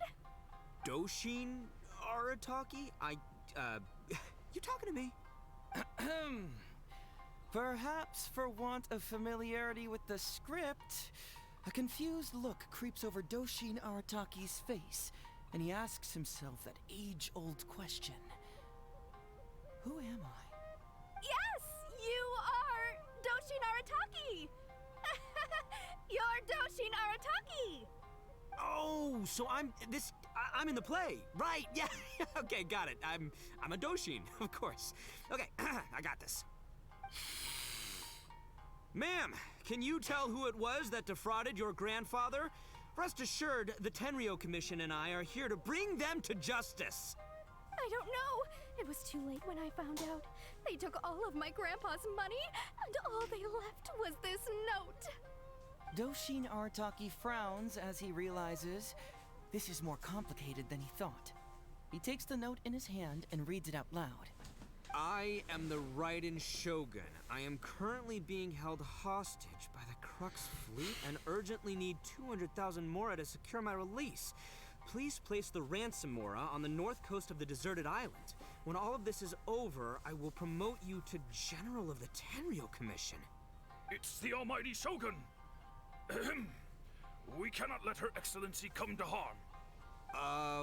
But this is a scam, surely. I mean, 200,000 mora? Kinda lowballing it for the Electro Archon, don't you think? Shouldn't it be like, 300 thou at the very least?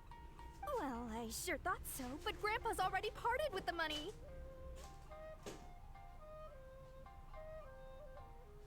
Well, then we gotta get it back. Is there still time? Before I could go out to look for it, Grandpa received another note. Doshin Arataki takes the note and reads it out loud. I am Miss Hina. I am currently raising funds to publish a photo book. I urgently need 300,000 mora for publishing fees. In return for your support, you will receive a limited edition signed photograph. It's Miss Hina. We can't leave poor Miss Hina in a tight spot. You're right, Gramps. Is 300,000 mora enough? I can spare some too if we need to make up the difference. Maybe I can get a photo of Miss Hina too. We gotta help Miss Hina out here. It's a scam, Doshin Arataki! Snap out of it! Oh, right, yeah, cause if Miss Hina needed funds, she'd come to me first, you know, as her #1 fan. Why would she go asking this old geezer for help? These con artists don't know who they're up against. Well, anyway, not long after Grandpa handed over the money, he received yet another note. Doshin Arataki grabs the note and reads it aloud. I am Arataki Ito. I was recently framed for a crime I totally did not commit, and now I'm stuck here in prison. I am in urgent need of 500,000 mora as bail. In return for your help getting me out, I will bring the whole gang over to thank you personally at your house. Must be a scammer, surely.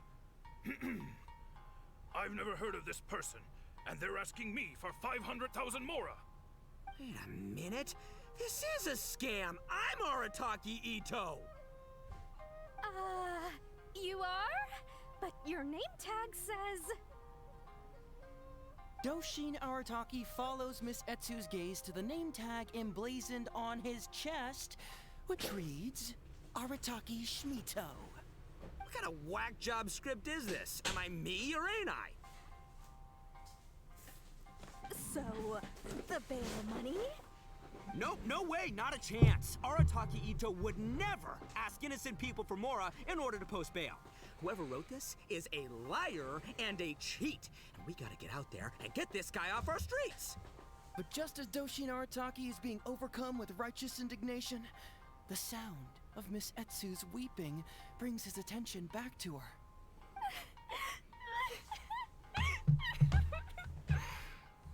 Miss Etsu, don't you worry. We're gonna catch the people who did this. Even if you do catch them, how are we ever going to get Grandpa's money back? Oh, whatever are we going to do about all those Onikabuto? Onikabuto? Wait, what was that about the, Onikabuto? Oh, well, Grandpa is a major Onikabuto breeder in our village. His are the biggest and strongest Onikabuto around. People come from far and wide to buy from him. We recently received an order that was too big for our current capacity. We were planning to expand Grandpa's facilities, but then we were swindled out of all of our money. Right after we'd signed the contract, too. If we don't deliver these Onikabuto on time, Grandpa will have to pay huge damages. Oh, what are we going to do? Man, what's that saying? It's like, it never rains, but it snowballs. Exactly what we're dealing with. Etsu, my dear, don't worry. I'll sell the house if I have to. We'll find a way through.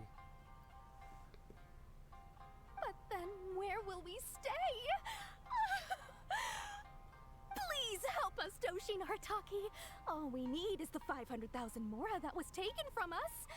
Can you help us raise it? Or maybe you could lend it to us? Grandpa's business is going very well. We just need help getting over this hurdle.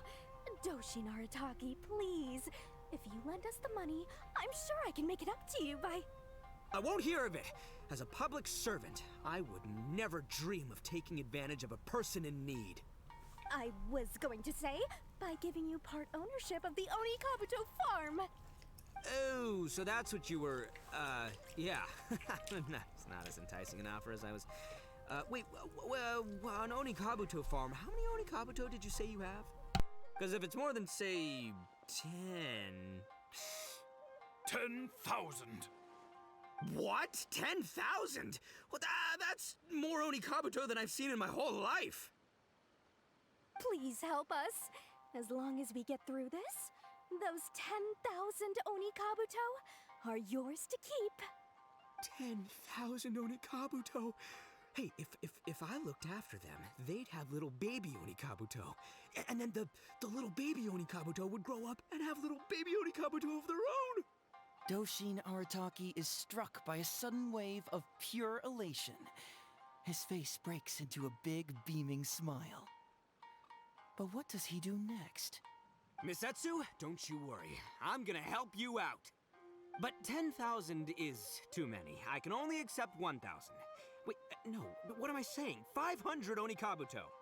As a Doshin of the Tenryou Commission, it is my duty to serve. How could I abuse my position to take advantage of you? That's great news, Master Arataki. What a wonderful person you are. So strong and handsome and committed to doing the right thing. It's rare to find these days. Yep, that's me. All right, there's just one final question that needs answering. What question is that? The question is... Where's my Mora? Huh. Yo, Heizou, my hombre, question for you. What's my character's salary in the script? Oh, also, any inheritance or other lump sums I should know about? Basically, can I afford this 500,000 Mora? I mean, Shmito. I can afford it. Can Shmito? Ahem. Faced with a damsel in distress, Doshin Arataki fights to remain level-headed and asks that other age-old question. Where's my Mora? Suddenly, he feels a strange compulsion to slide his hand into his pocket where, it turns out, a bank check has been quietly nestled all along. He draws the check out and inspects it. Today is payday, and this is his salary. The amount? 500,000 Mora.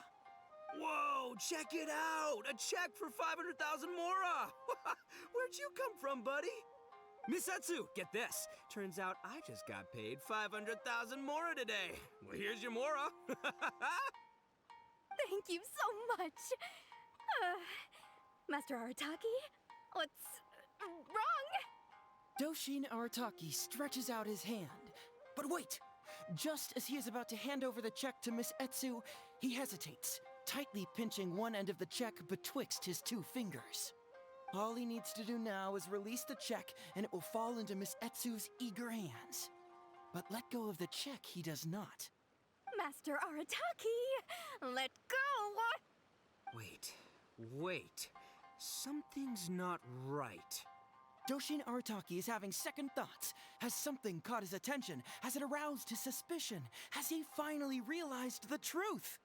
So, this is an anti-fraud show, right? Huh?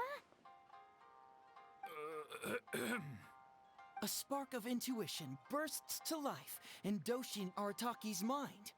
Since this is an anti-fraud event, I have a question. Is he about to ask the most critical question of all? I gotta ask. This is it. Here it comes. Does a Doshin really get paid this much? 500,000 mora. Enough to get an Electro Archon out from a hostage situation, then go pay for Miss Hina's publishing costs. You telling me the average Doshin can do all that on one pay packet? I don't know, seems pretty fishy to me. Hey, compadre, what do you think? Am I being scammed here? Heizou! Ito's cheating! He asked for help! As the spark of intuition flickers and threatens to fade, Doshin Arataki clutches around in desperation, hoping to find a source of fuel to feed the flames of enlightenment. Traveler, are you going to help this poor man out of his predicament? I love that we could hear the annoyance in his voice. Ito, follow your hearts! Follow my heart. Alright then. There's no way a Doshin makes 500,000 mora in a single pay packet. Two innocent victims, Miss Etsu and Mr. Iba, come to a Doshin for help. And the Doshin, whips out a 500,000 mora check? Yeah, likely story. There's only one possible explanation. Who's got two horns and carries around a fake checkbook? Yep, this guy.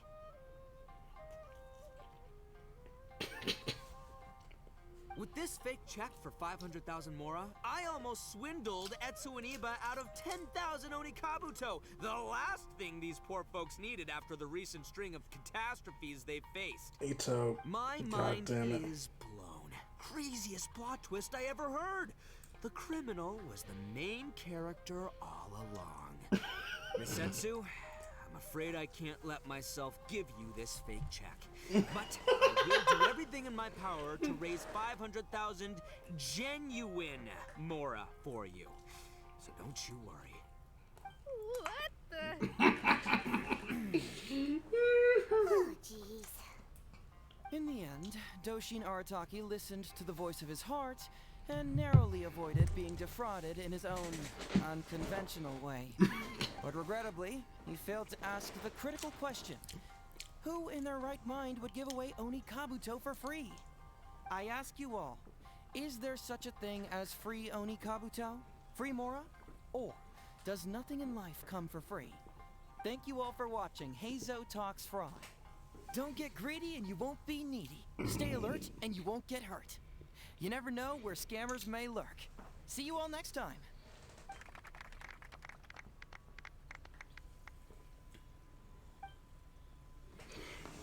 The show ends on a high note of thunderous applause. My man, what did you mean when you said I avoided being defrauded? I thought I was the fraudmeister here. Maybe someone should have read the script. Miss Etsu and Master Iba were the scam artists. Duh! You were the one they were trying to scam. What? Huh? What?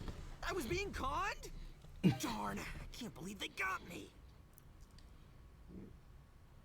Well, you still managed to protect your money. In the end, they didn't succeed. Yeah, but that was a happy coincidence. They scammed me, and I fell for it. Guessing it wasn't your first time either, huh? It was such a cheap trick, too. Oh, this is killing me. The trick is a common one for a reason, but don't underestimate it. That's how you end up being a victim. But how am I gonna protect my gang if even I get fooled by such cheap tricks? Don't blame yourself, old chap. In fact, you know what? I was also conned today. Yeah, me, of all people. Does that make you feel better? You too, hombre? No way! No, that's impossible. You're just trying to cheer me up. Oh, no, it's the truth. Please, just take a look at the present I got for you. Ito opens the box, Heizou hand it to him. Wait, why can't it move? That's just it. I'm sorry to say, it's just a figurine. What? A figure? You mean it's a fake? Yeah, and it's all my fault. I was duped by the Onikabuto vendor's false advertising. What a colossal fool I am. Taken in by a common street vendor? Ugh. So you really were conned, dude! Let me take a second to let that sink in. Gotta say, although I didn't get my Emperor Onikabuto, somehow, knowing that even Heizou got conned kinda puts me back in a good mood. It's, strange. Maybe I'm sharper than I'm giving myself credit for. Great minds think alike, so, me and my hombre here, kinda equally matched. God damn it, Ito! Compadre, looks like you're the only one out of the three of us who didn't get conned today. But you better watch out. We got fooled not because we were stupid, but because those scam artists are some crafty dastards. Wait, free? I want you to have this figurine. You, Heizou. The fact that today, Heizou and I both got conned, but we both grew a little wiser too.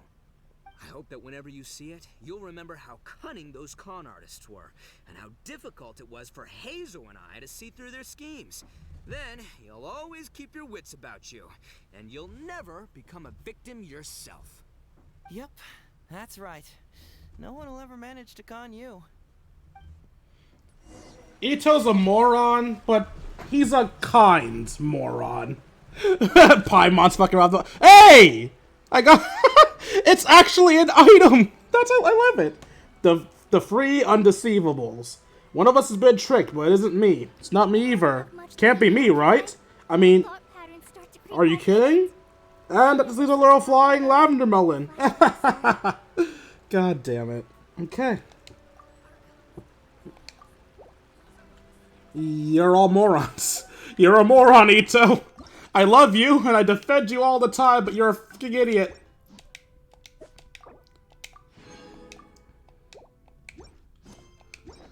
Alright, so we have gotten all of the endings for his story. Now all that's left is to reap the rewards. How many summons did we get out of this? One. We got one summon out of all of the— Okay, sure.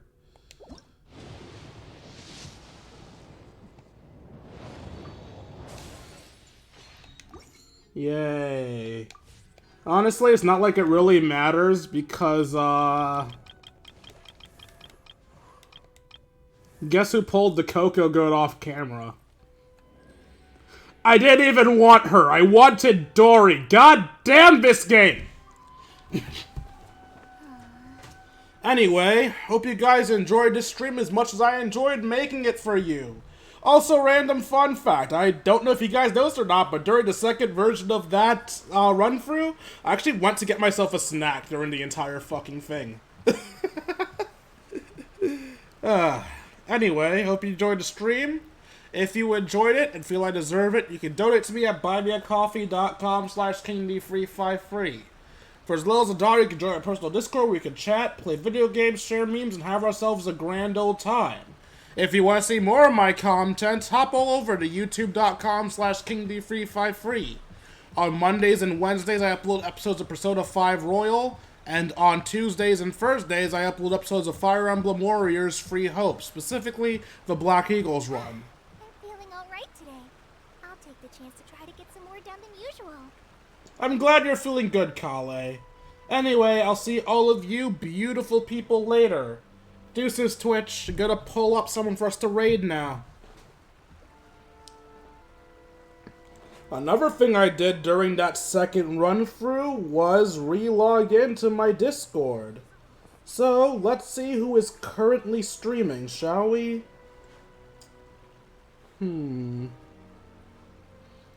Our most recent streamer is...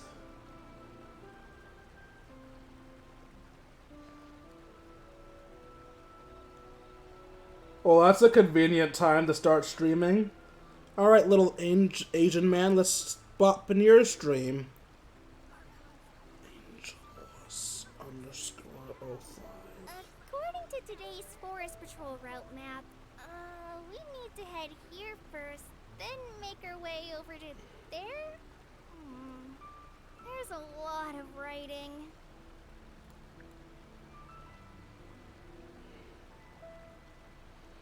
Okay, /raid. Is it all lowercase? Yeah, it's all lowercase.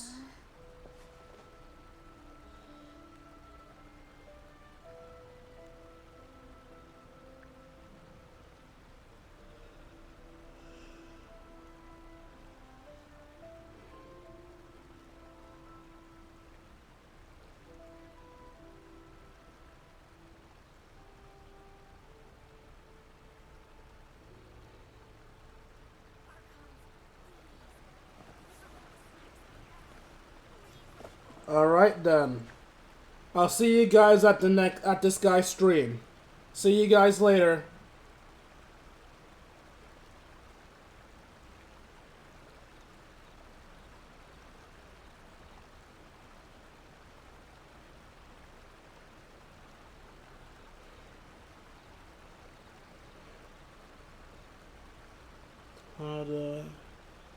Am I waiting for it to trigger? Is that what's happening?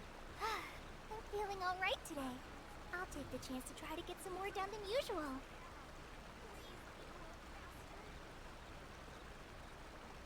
Hello? I guess it won't trigger till I end the stream, maybe? I don't know. I hate how this stuff works so much, man. It's always so confusing.